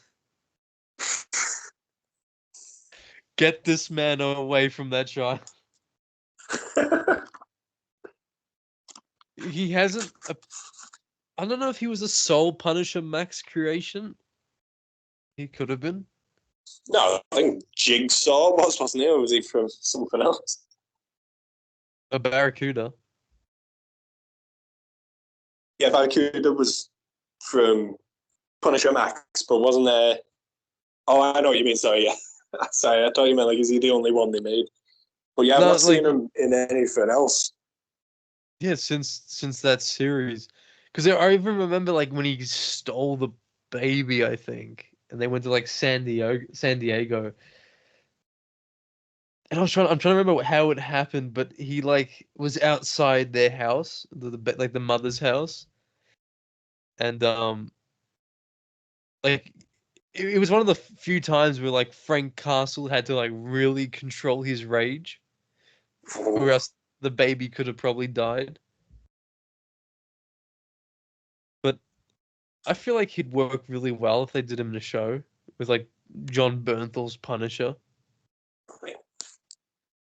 Do you remember that one time I've when not read Punisher got Punisher like Max. Punisher got like he went middle of nowhere, like near the swamp area, and then this hillbilly like incest family like try to kidnap him, I think, and then he kills them all. Hardcore, mate. Punish- What's the? Punisher Max is wild. I've not actually read it. I need to now. Look, No, it's sounds good as intense. it's Yeah. really good. Um, in for some reason, the the Max title liked a lot of grape, if you know what I mean, Oh, with Wilson Fisk. yes. With Wilson Fisk specifically. Yeah. But I've also read like that. Punisher works with this one woman, and she's like the mission they were doing was personal because the guy they were trying to get, I'm pretty sure, left her stranded in like a war torn country, and then just um they used her in ways which I can't say on YouTube, Hmm. and then the Punisher just looks You at her love and doing does that in these. And when Black Cat was as well, apparently, like a series they never finished. what do they do with Black Cat? They had her get sexually attacked in like her backstory, and that's why she's now a burglar or something, even though Yeah, they that's gotta not how stop it that. went initially. It's so Yeah, weird. no one wants to read that shit. It's so weird. It's the What story about that introduced the girl scorpion. ah, I can't stand when they just do the doppelgangers. What Yeah, about but he got a scorpion.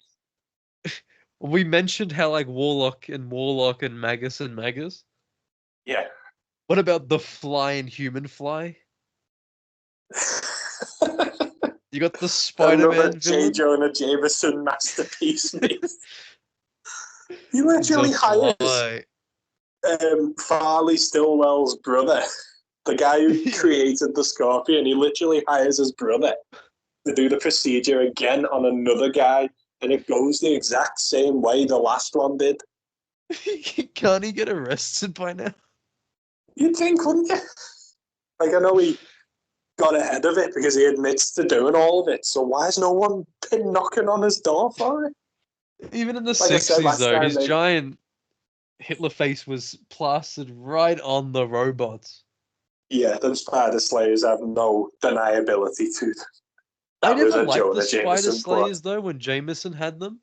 Because I feel like it defeats...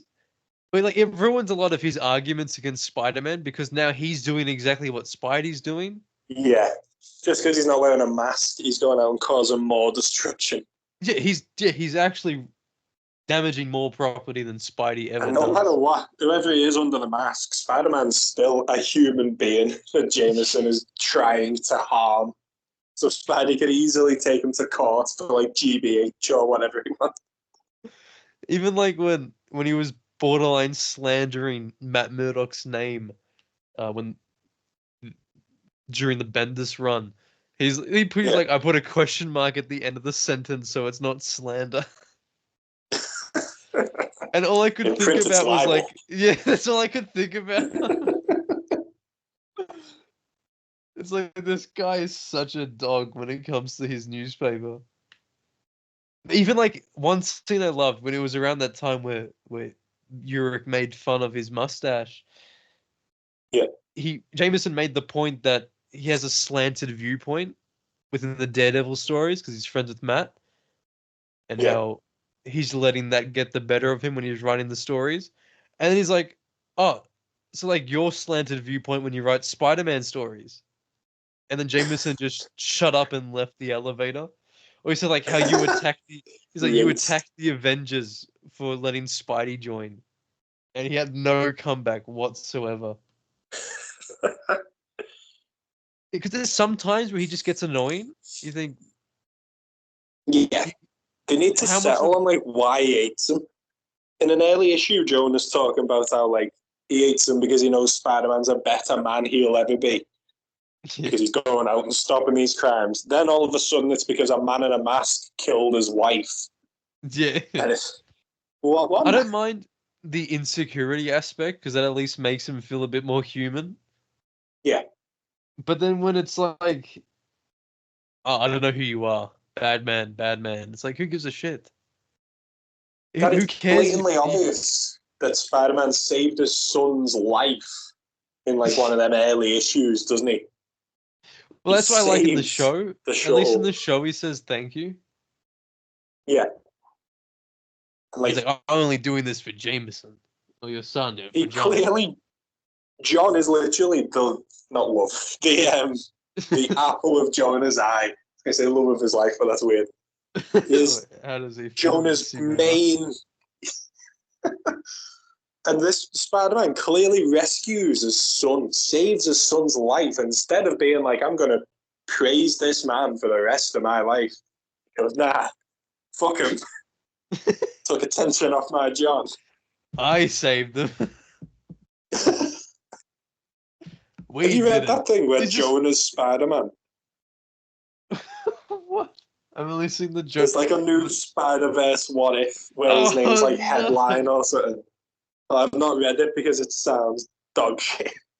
You walk past his office and you just hear like mumbling, and then you slightly open the door. It's just Jameson rocking back and forth, thinking, "I saved John. I saved John. Not Spider-Man." He's just fully lost in his chair. I like when he webs his chair. He's stuck. Oh yeah. He done that to the Kingpin in an issue I was reading the other day. I like when he just pulls pranks on them. Yeah. I like that Ultimate Spider-Man where he sees Jameson on the street, goes right up to him. He was like, hey, I know you. And Jameson bottling it, shitting himself, thinking, oh no, all the shit I've said. And Peter just goes, I love your paper. It's hilarious. Swings up. And then he's webbed his shoes to the floor as anybody wasn't looking. I love that. Well, I don't love it, but I hated when I should say, when I love the joke in that one, but I hate when he became mayor and he had his own Yeah, like task force to deal with Spidey. I thought it was the stupidest thing ever. yeah, because at that point, Spider-Man was known as being a hero.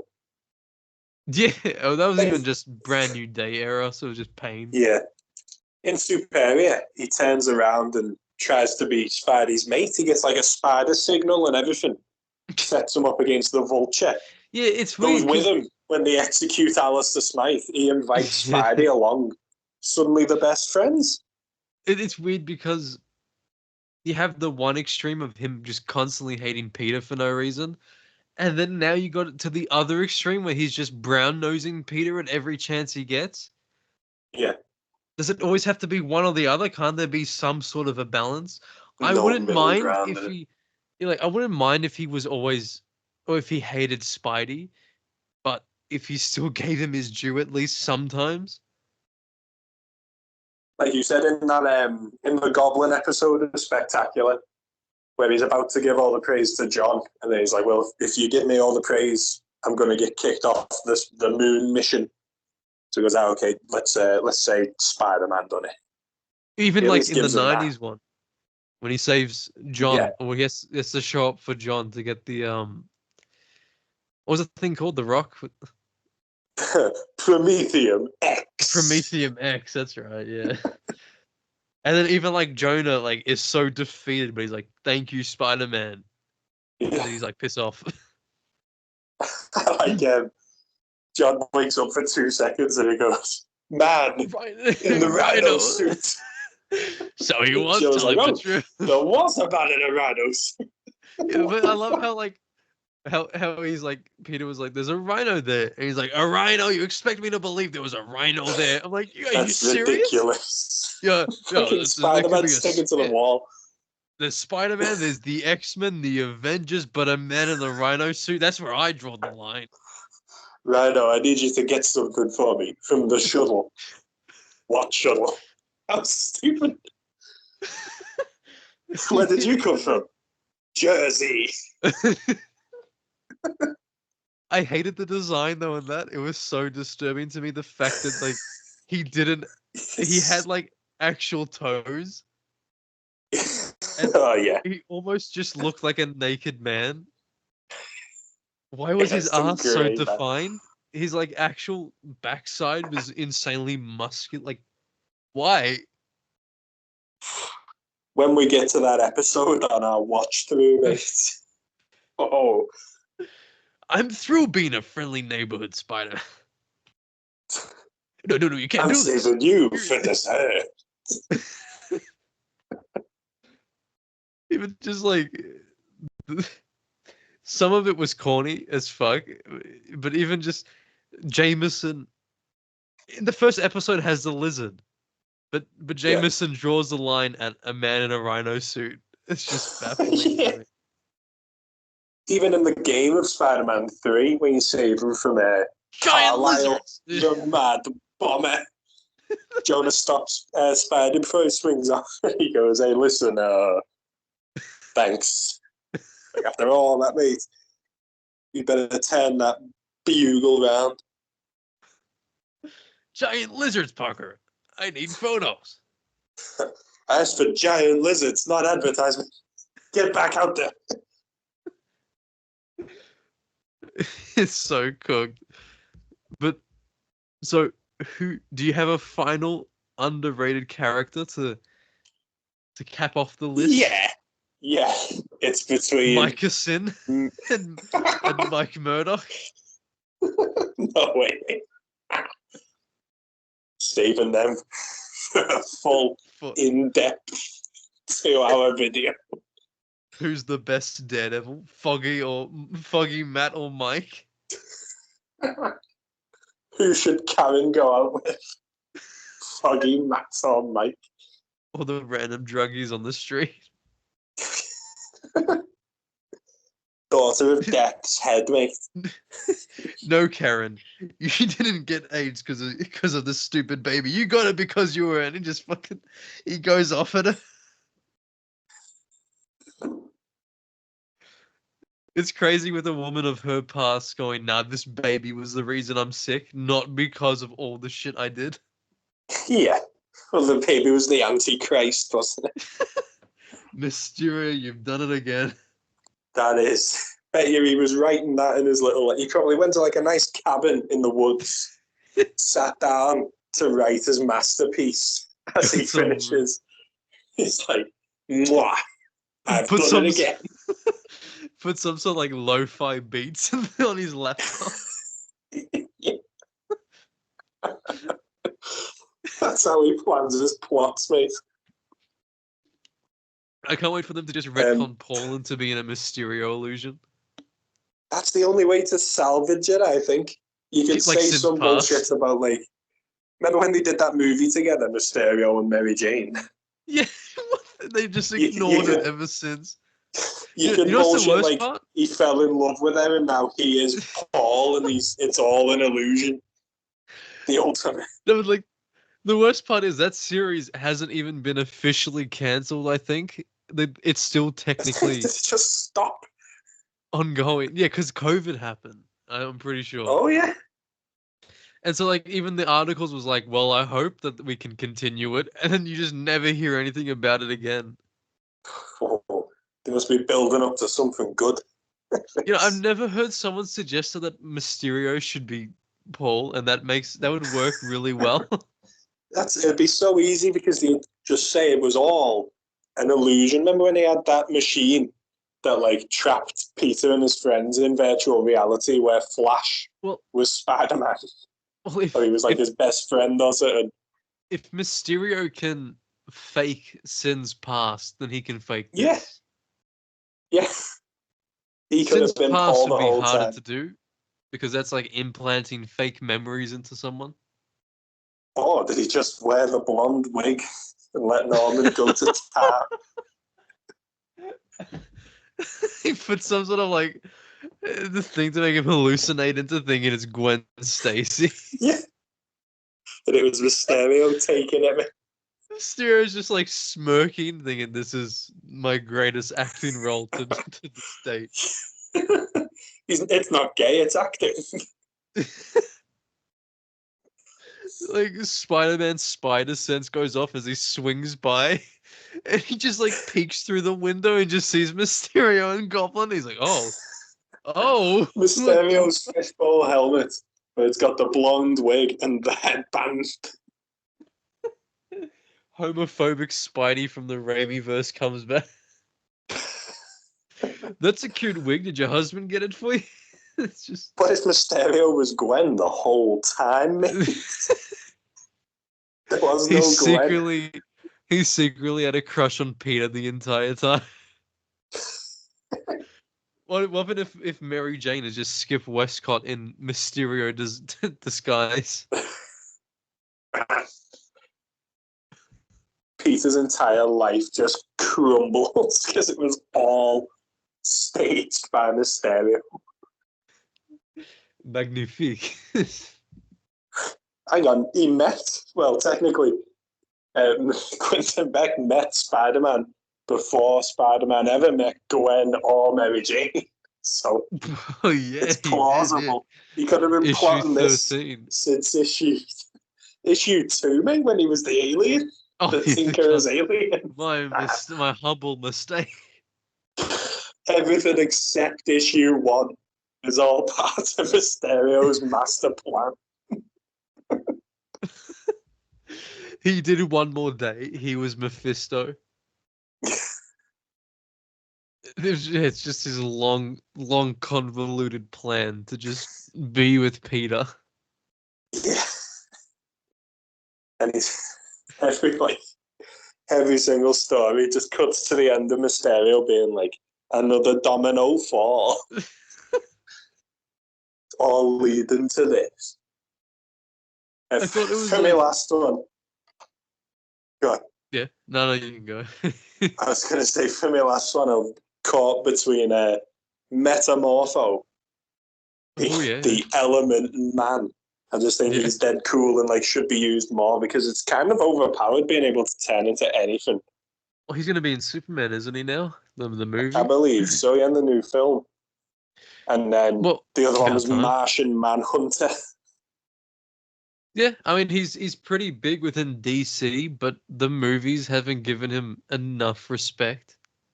All he did in Justice League was go, I'm going to use my psychic powers to, it's too powerful. So, like, again, well, I suppose, like, while he does get good show in Martian Manhunter, it's not like he's not used to his full potential, I think, is more my Well, problem. that's the thing. Like underrated is pretty broad as a topic because you can do underrated in not being popular. Yeah, Underrated as in people just they know him, but they don't know the proper character or like the actual comic books. yeah, And then you got just underutilized completely, like Micah Sin. yeah. Oh, yeah. If I'm ever writing Daredevil, mate, get ready for Sins Past. It opens up with him at like Mac, like KFC or Macca's, just eating a I family can't eat feast by this. himself. The bargain Fog- bucket takes him down. Foggy and Matt are there as well, conveniently ordering food, and they just go, "Is that Micah Sin?" And then Foggy's like, "You kissed my wife and made her a Daredevil slave." super senses is like his gut growling because he can't handle the KFC. He's like, yep, that's Micah Sin. Foggy, is there a police dog nearby?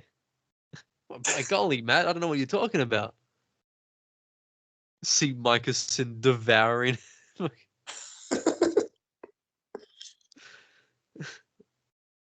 What would you be on? What would be on your last one then? It was My Barracuda absolute and my absolute last. I have one. Let me see if I can and then think of you're ruffling something through else. your documents. Yeah, just the brain files are peeling back as we speak. Oof. Let me see the wall quickly of comic books. Uh, okay, I got okay. One, fuck, I forgot. No, no. One, I think Blockbuster's pretty cool in the Nightwing books. Yeah. He's basically just Kingpin, but deformed. I like that whole bit in the Chuck Dixon run where his heart was like they thought that he was finally going to die because of heart failure, and then I'm Oh yeah. pretty sure he got like a gorilla heart to get it transplanted, and it kept him Right. alive for a little bit longer. And It worked. What's it well, with DC and gorillas, man? Monsieur Malar. Grant. DC loves gorillas, Marvel loves grape. There's just it must be the thing of the office. And the last one I'd say would be now I don't know exactly much about him, but I always think he's just cool. And I remember during it's either Crisis, no, it might be Superman. Fuck, Superman. I think when the Earth disappears and he just pulls up and he's like, "Shit, Adam Strange." I like Adam Strange, Oh yeah, yeah. He's from the planet. He hangs out on that other planet. and he's got such a cool I know what you costume mean. as well. But I'm pretty Yeah. sure during like the Brian Michael Bendis Superman, when the Earth disappears, he like gets there and he's like, "Fuck," and Oh. he just like he's like, "I like to report a missing planet." He's just Yeah. like I Off don't know. and ran. That was it. From what I've seen, he's funny and he's pretty cool, and his costume's Yeah. sick. He seems very like more like fun hero Yeah, like instead of like space gritty. adventures. It'd be pretty funny Yeah, if it's it were like just wrong, and he was like the most grittiest character in DC. yeah, he's like the question, but in space. I saw someone like do like a shitty like the Riddler versus the Question, and he just kept saying why after like everything. The Riddler was like, riddle me this, and he's like, why? Incredible. Peak character building. But I would love to see an Adam Strange film, or just something to use him like properly with his comic accurate suit. It sounds like it would be very fun. Like, not as I said, no like dying girlfriends or Like, just like have a show that's just space interplanetary fun. slavery. It would be like what that Buzz Lightyear movie should have been.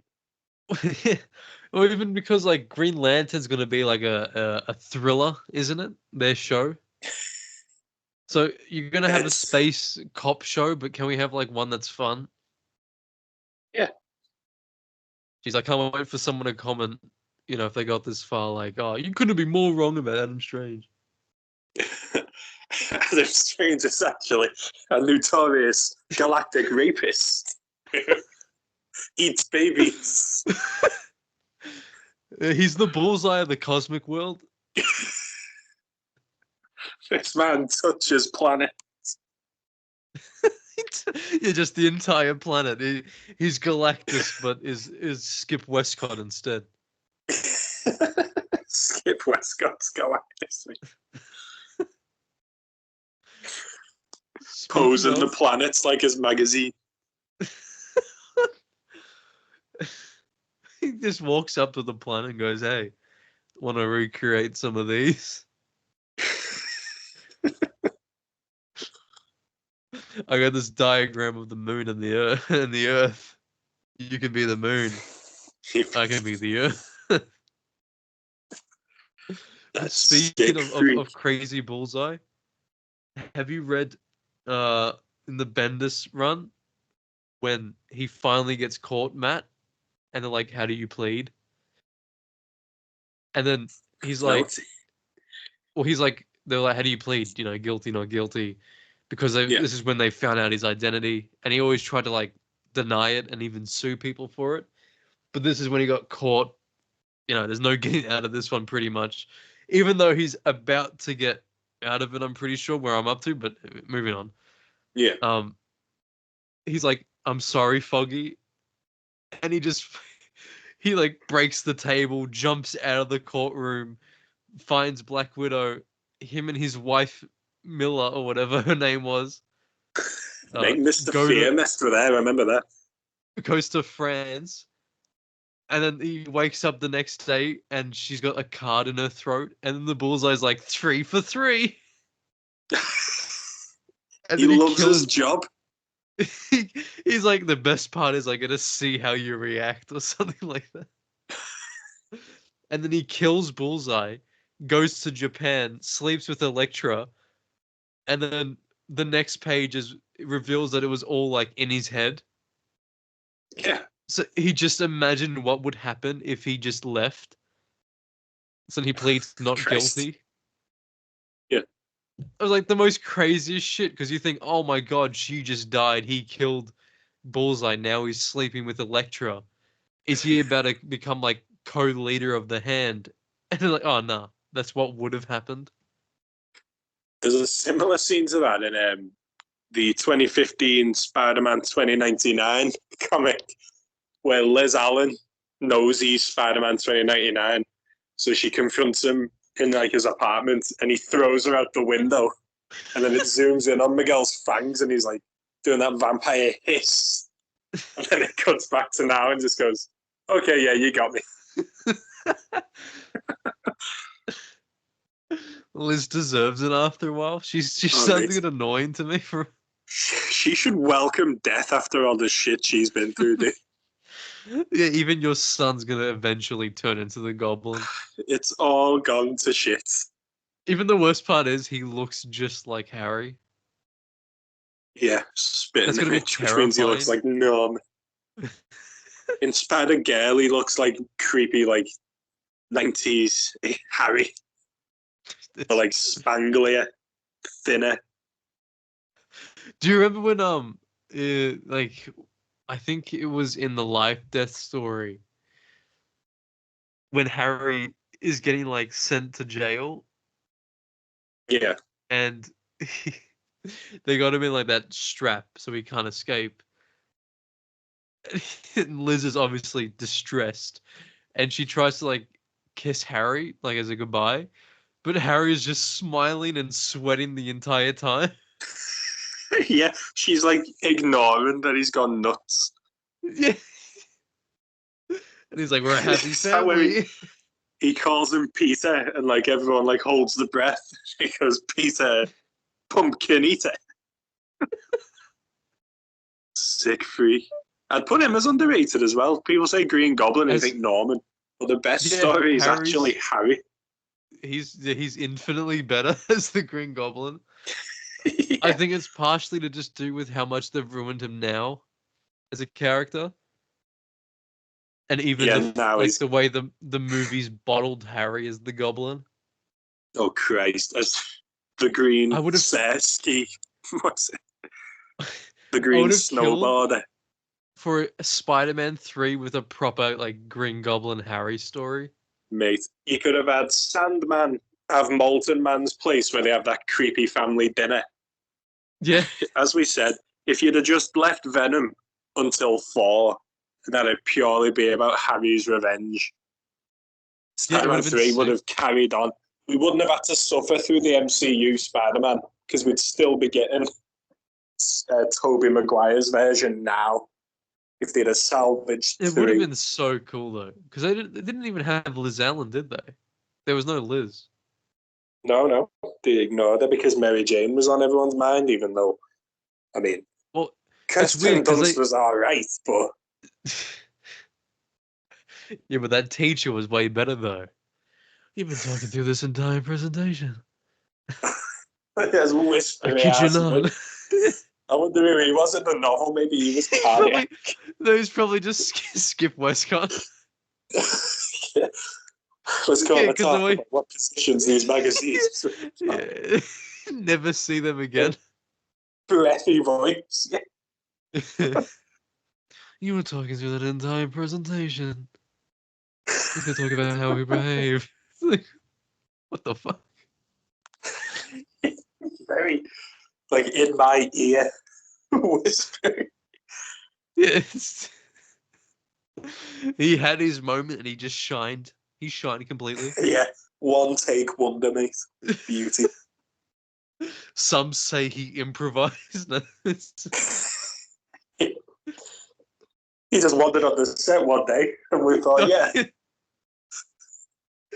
He was actually like trying to listen. Is this a normal guy trying to listen to the presentation?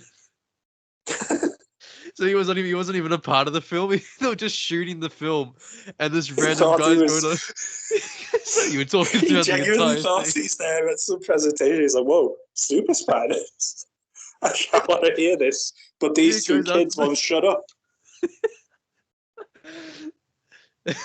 They just thought, you know what? Let's just keep it in. When, like, have you heard them stories of when War of the Worlds was on the radio and some people thought it was real? I haven't heard that one. I mean, yeah, like H.G. Wells' War of the Worlds, where apparently some people thought they were listening to a real like broadcast and it wasn't drama. But this fella, he's wandered into this exhibition on super spiders and he's thinking, shit, this is real.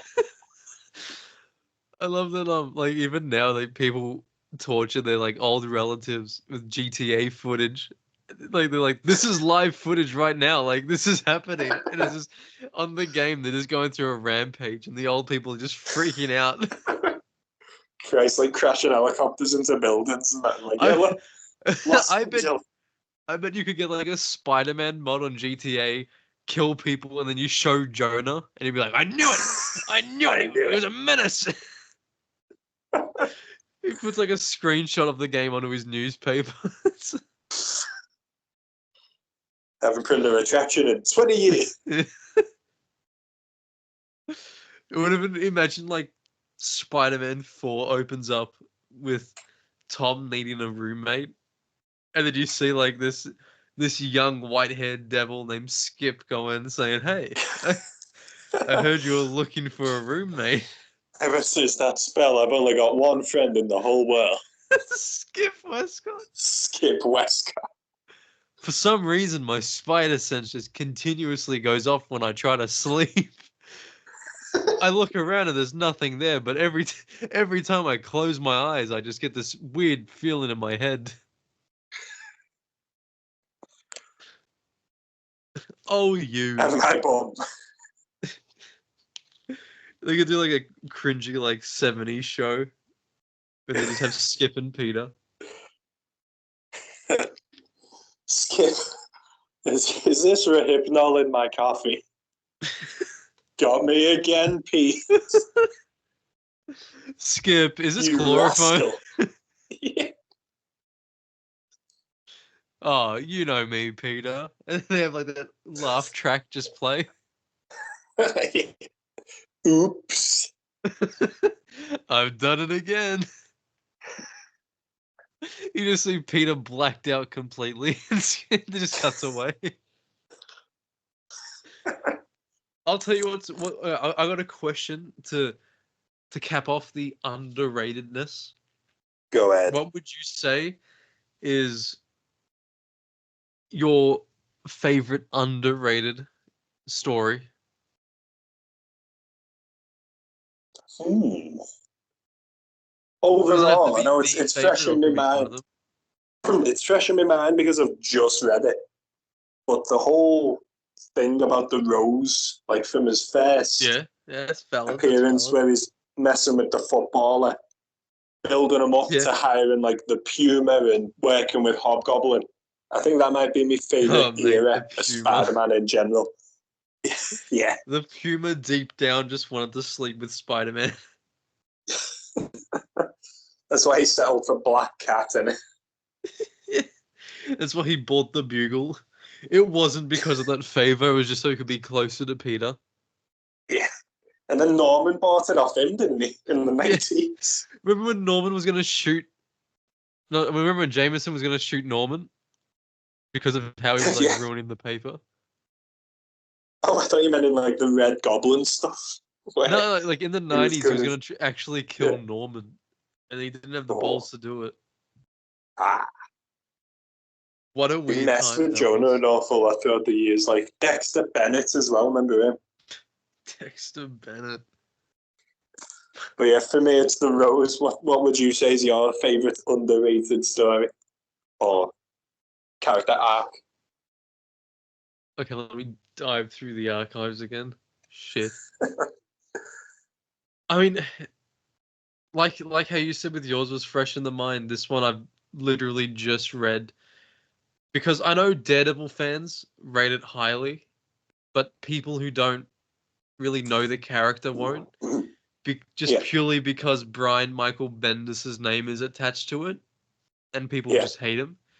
But I honestly think, that run, this could be even controversial. I think in some cases it's better than Frank Miller's. Ooh. The Brian Michael Bendis stuff of Daredevil. Ballsy thing to say. Obviously, without Frank Miller, you wouldn't have it in the first place. Yeah. But I didn't think I'd enjoy it as much as I did. Before, I thought like Daredevil only had one proper good run, and that was Frank Miller's. But then after reading Bendis's work, I'm like, this is fantastic. I've had good stuff as well. Like apparently his street level, he's good at street level Bendis. Yeah, like the issues that I had Spider-Man. with it is the typical Bendis issues of like he ignores whatever the hell came before it. Because like literally like in that same volume, like maybe 20 issues or so back, we already did the Matt Murdock getting off the whole I'm Daredevil thing, where he went to court for it and had Spider-Man dress up as Daredevil. Yeah. So we've already established that his identity's been outed, and he beat the case, and it was like, nice try, but I'm not Daredevil. And then Bendis comes in, completely ignores it, and then just redoes the entire story, but his way. But the only difference was he did it way better. Nice. I'm trying to That's think. funny how he's like, move out there. Yeah, it's like I was like, can we at least acknowledge the fact that we just did this? 20 issues ago. So Bendis, like, it's that same thing of him not caring about canon and continuity, because even he retconned the timeline a bit, which I didn't really like. That was another thing I didn't like about it. In the yellow suit, he had Daredevil fight Gladiator, which never happened. Oh, never happened, mate. Actually, Daredevil issue 14. Yeah, actually, Daredevil only actually wore the yellow suit for the 6 issues. And so it's like... And then he even retconned Daredevil in the yellow suit met the White Tiger, and the White Tiger teamed up with Spider-Man as well, so it was like a trio of them. Right. Actually, the White Tiger wasn't even until like the 70s in Spectacular Spider-Man issue 9, where they finally teamed up. And it's like, he completely ignored the canon of that. And just thought, nah, mate, doing my own thing. Spidey's like, Daredevil's like, who are you? And Spidey's like, well, this is the White Tiger. I'm like, you wouldn't even know who he is. You met him in college. This is the White Tiger. I meet him in 3 years. We'll be buddies soon. And then he'll get the shot. Timeline's So that's sad. kid. Ooh. But so like, even like Bendis wrote Luke Cage to be a complete asshole as well. Which is weird because he loves him, doesn't he? Oh, in Daredevil, Luke Cage, I couldn't stand him because he'd lecture Matt, and then Matt would take his advice and, you know, become the kingpin of Hell's Kitchen. And then Luke Cage is like, nah, fool, you took it too far. I'm like, oh, well, you just told him not to do what he was doing.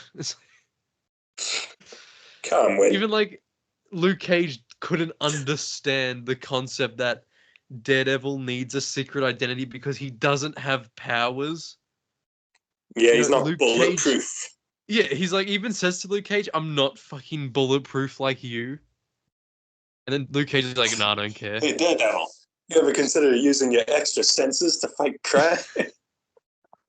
It's like in that superhero parody film with Dragonfly where he shoots his hand with the fucking gun, but like with the nail in it.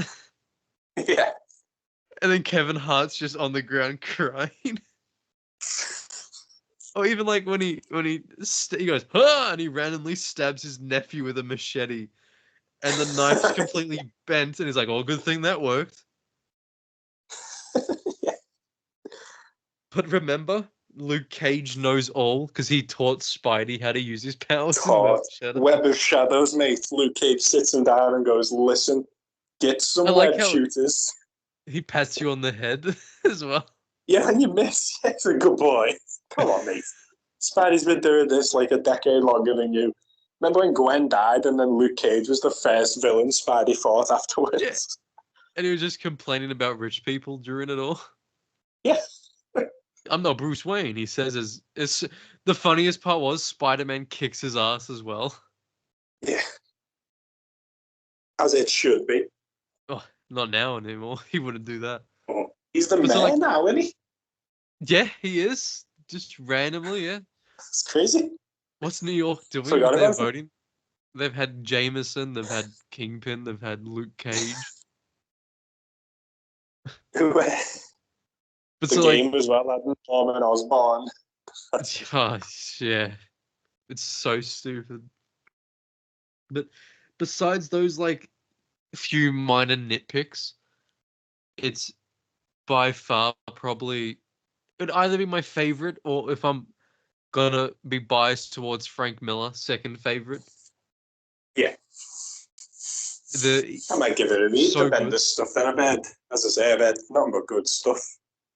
People often put that alongside Ultimate Spider-Man for him as like his top stories, don't they?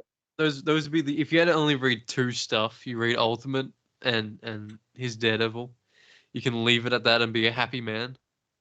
Nice. I'll give it a go then, yeah. Because even the artist, I think his name's Alex Maleev. I don't know if I pronounced it right.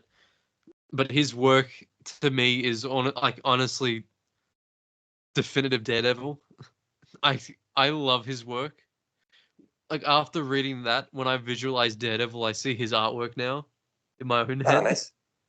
because it was so good. And even the show used one of his covers in the newspaper. Ah, is it? If you remember the cover on the paper where it's like that shadowy Daredevil and you can only see his eyes, Yeah. it's Is that him? that's his work, but obviously they changed it because he doesn't have the logo on his chest. Yeah. So they had to put that stupid armor padding instead. But yeah, I think Daredevil fans know it's good, but the general public will see Brian Michael Bendis and go ew and then leave it. Yeah. I'll admit that's probably why I've not read it yet. Because Yeah, in I my mean it's mind, it was fair only because Spider-Man who did good. he's had a lot of shit, Yeah. but genuinely Nowadays, yeah, but back in it's the day, he worth a was read. all right. I It's always when he thought it was started weird. getting trusted with too much, like the new Avengers, that he started dropping it. I didn't like how he always has to self-insert. That's just weird Oh, to yeah. me. Same, mate. Kenny Kong's awful. Kenny And now, Kong, Stiltman, and Kingpin. yeah, if you're going to self-insert, choose the Kingpin. And Stiltman. Still, I that's even just like me, mate. He's a blue-collar guy just coming through, like, that's why going I into love the the shock there. He's a microverse. professional. He's just, yeah. I mean, like, I don't know if you want a spoiler for it, but there's such a cool scene I keep thinking back to. Um, Yeah, good. Lay it on me. Within it's later on into the Bendis era where they're in prison, and so I think actually this might have been just after. I think this is when the new writer took over. Sorry. Yeah. Um, and obviously the government or the FBI doesn't want Matt to get his court because they know that he's going to win the case and he's going to prove that he's not Daredevil because they literally have no evidence against him. Yeah. And And they so they look like keep stalling. fools. Well, like, and they took him out of the protected wing and they put him into like the general public. Gen Pop when people think he's Daredevil. Yeah, and so like, and Mate. mind you, he's still blind, and so like, even Foggy as his lawyer was like, you realize that you're putting a blind man in a place full of criminals, right? And then of course the FBI wins the battle and sends him there, and then they put Matt there, they put Kingpin there, and then to top it off, they put Bullseye all into the same area Cellmates. because well, the FBI was hoping that having them all in the general pop would lead to them killing each other. Yeah. And then Just to so get like them out of their hair. a massive riot takes place and Daredevil and Kingpin team up because it's like them against everyone. Yeah. And it's like in the name of actually getting the hell out of the prison. And then Turk Turk comes No back way, dude. and Turkey. he goes and gets Bullseye for Kingpin. And Bullseye never told Matt about it. And Matt's like, what the fuck? He's like, no, I'm not working with this psychopath. And they finally kill everyone. Well, Matt's not killing, but the other two are. Yeah. Yeah. And Bullseye's got a shotgun or something like that. And he attacks Bullseye because Matt's like, fuck no, he's not coming with us on the helicopter. And then Matt jumps and Bullseye shoots the shotgun and he shoots Kingpin's knee. And then he knocks Bullseye out with the gun, like the butt of the gun. And then Kingpin's like just cussing at Matt the whole time. And he tells like Turk, go fix up your boss or else he's gonna die. And then that's when mind you, Frank Castle the whole time is just reading a book in his cell. Chilling. Yeah, and he's like, Matt goes Oh, up to him, no. he's like, I need your help. And he's like, I thought you'd never ask. And that's when he uses him as a human shield, pretending that he's blind. I'm going to read this now, then, Defo. It's great fun. I was up till like 4 a.m. last night, just like, I have to read the next one. That's what I stopped at Mike Murdoch's return. Oh, yeah, too. It's just, you got to get some rest, get some food, brace yourself for such an event. Get the lotion out. Mike Murdoch. Mate, The I think this one pinnacle. went really well. We've covered some good topics here.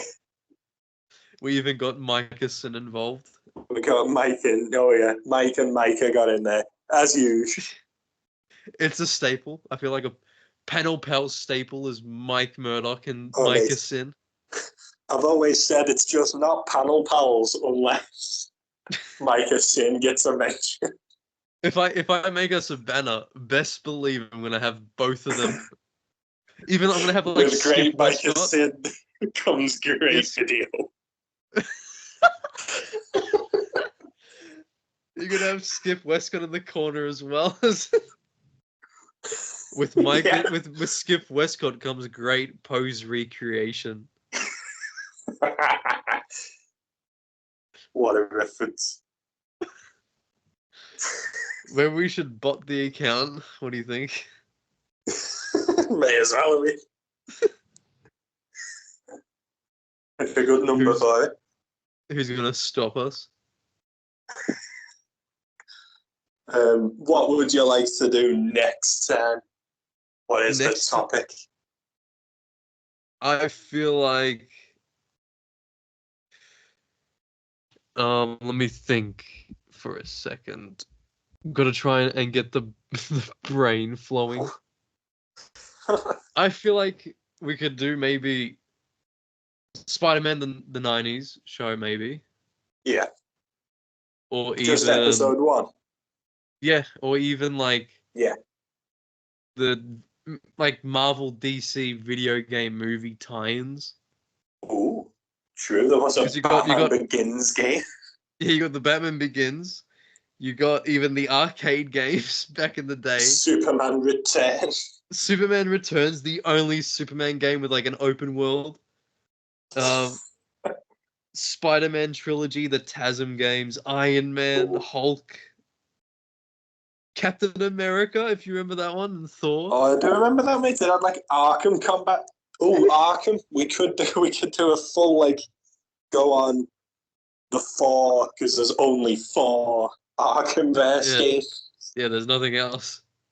There's nothing after Night. No, I wouldn't even know what you're talking about. Beats me. I got some select. You got no clue, mate. Smashed it.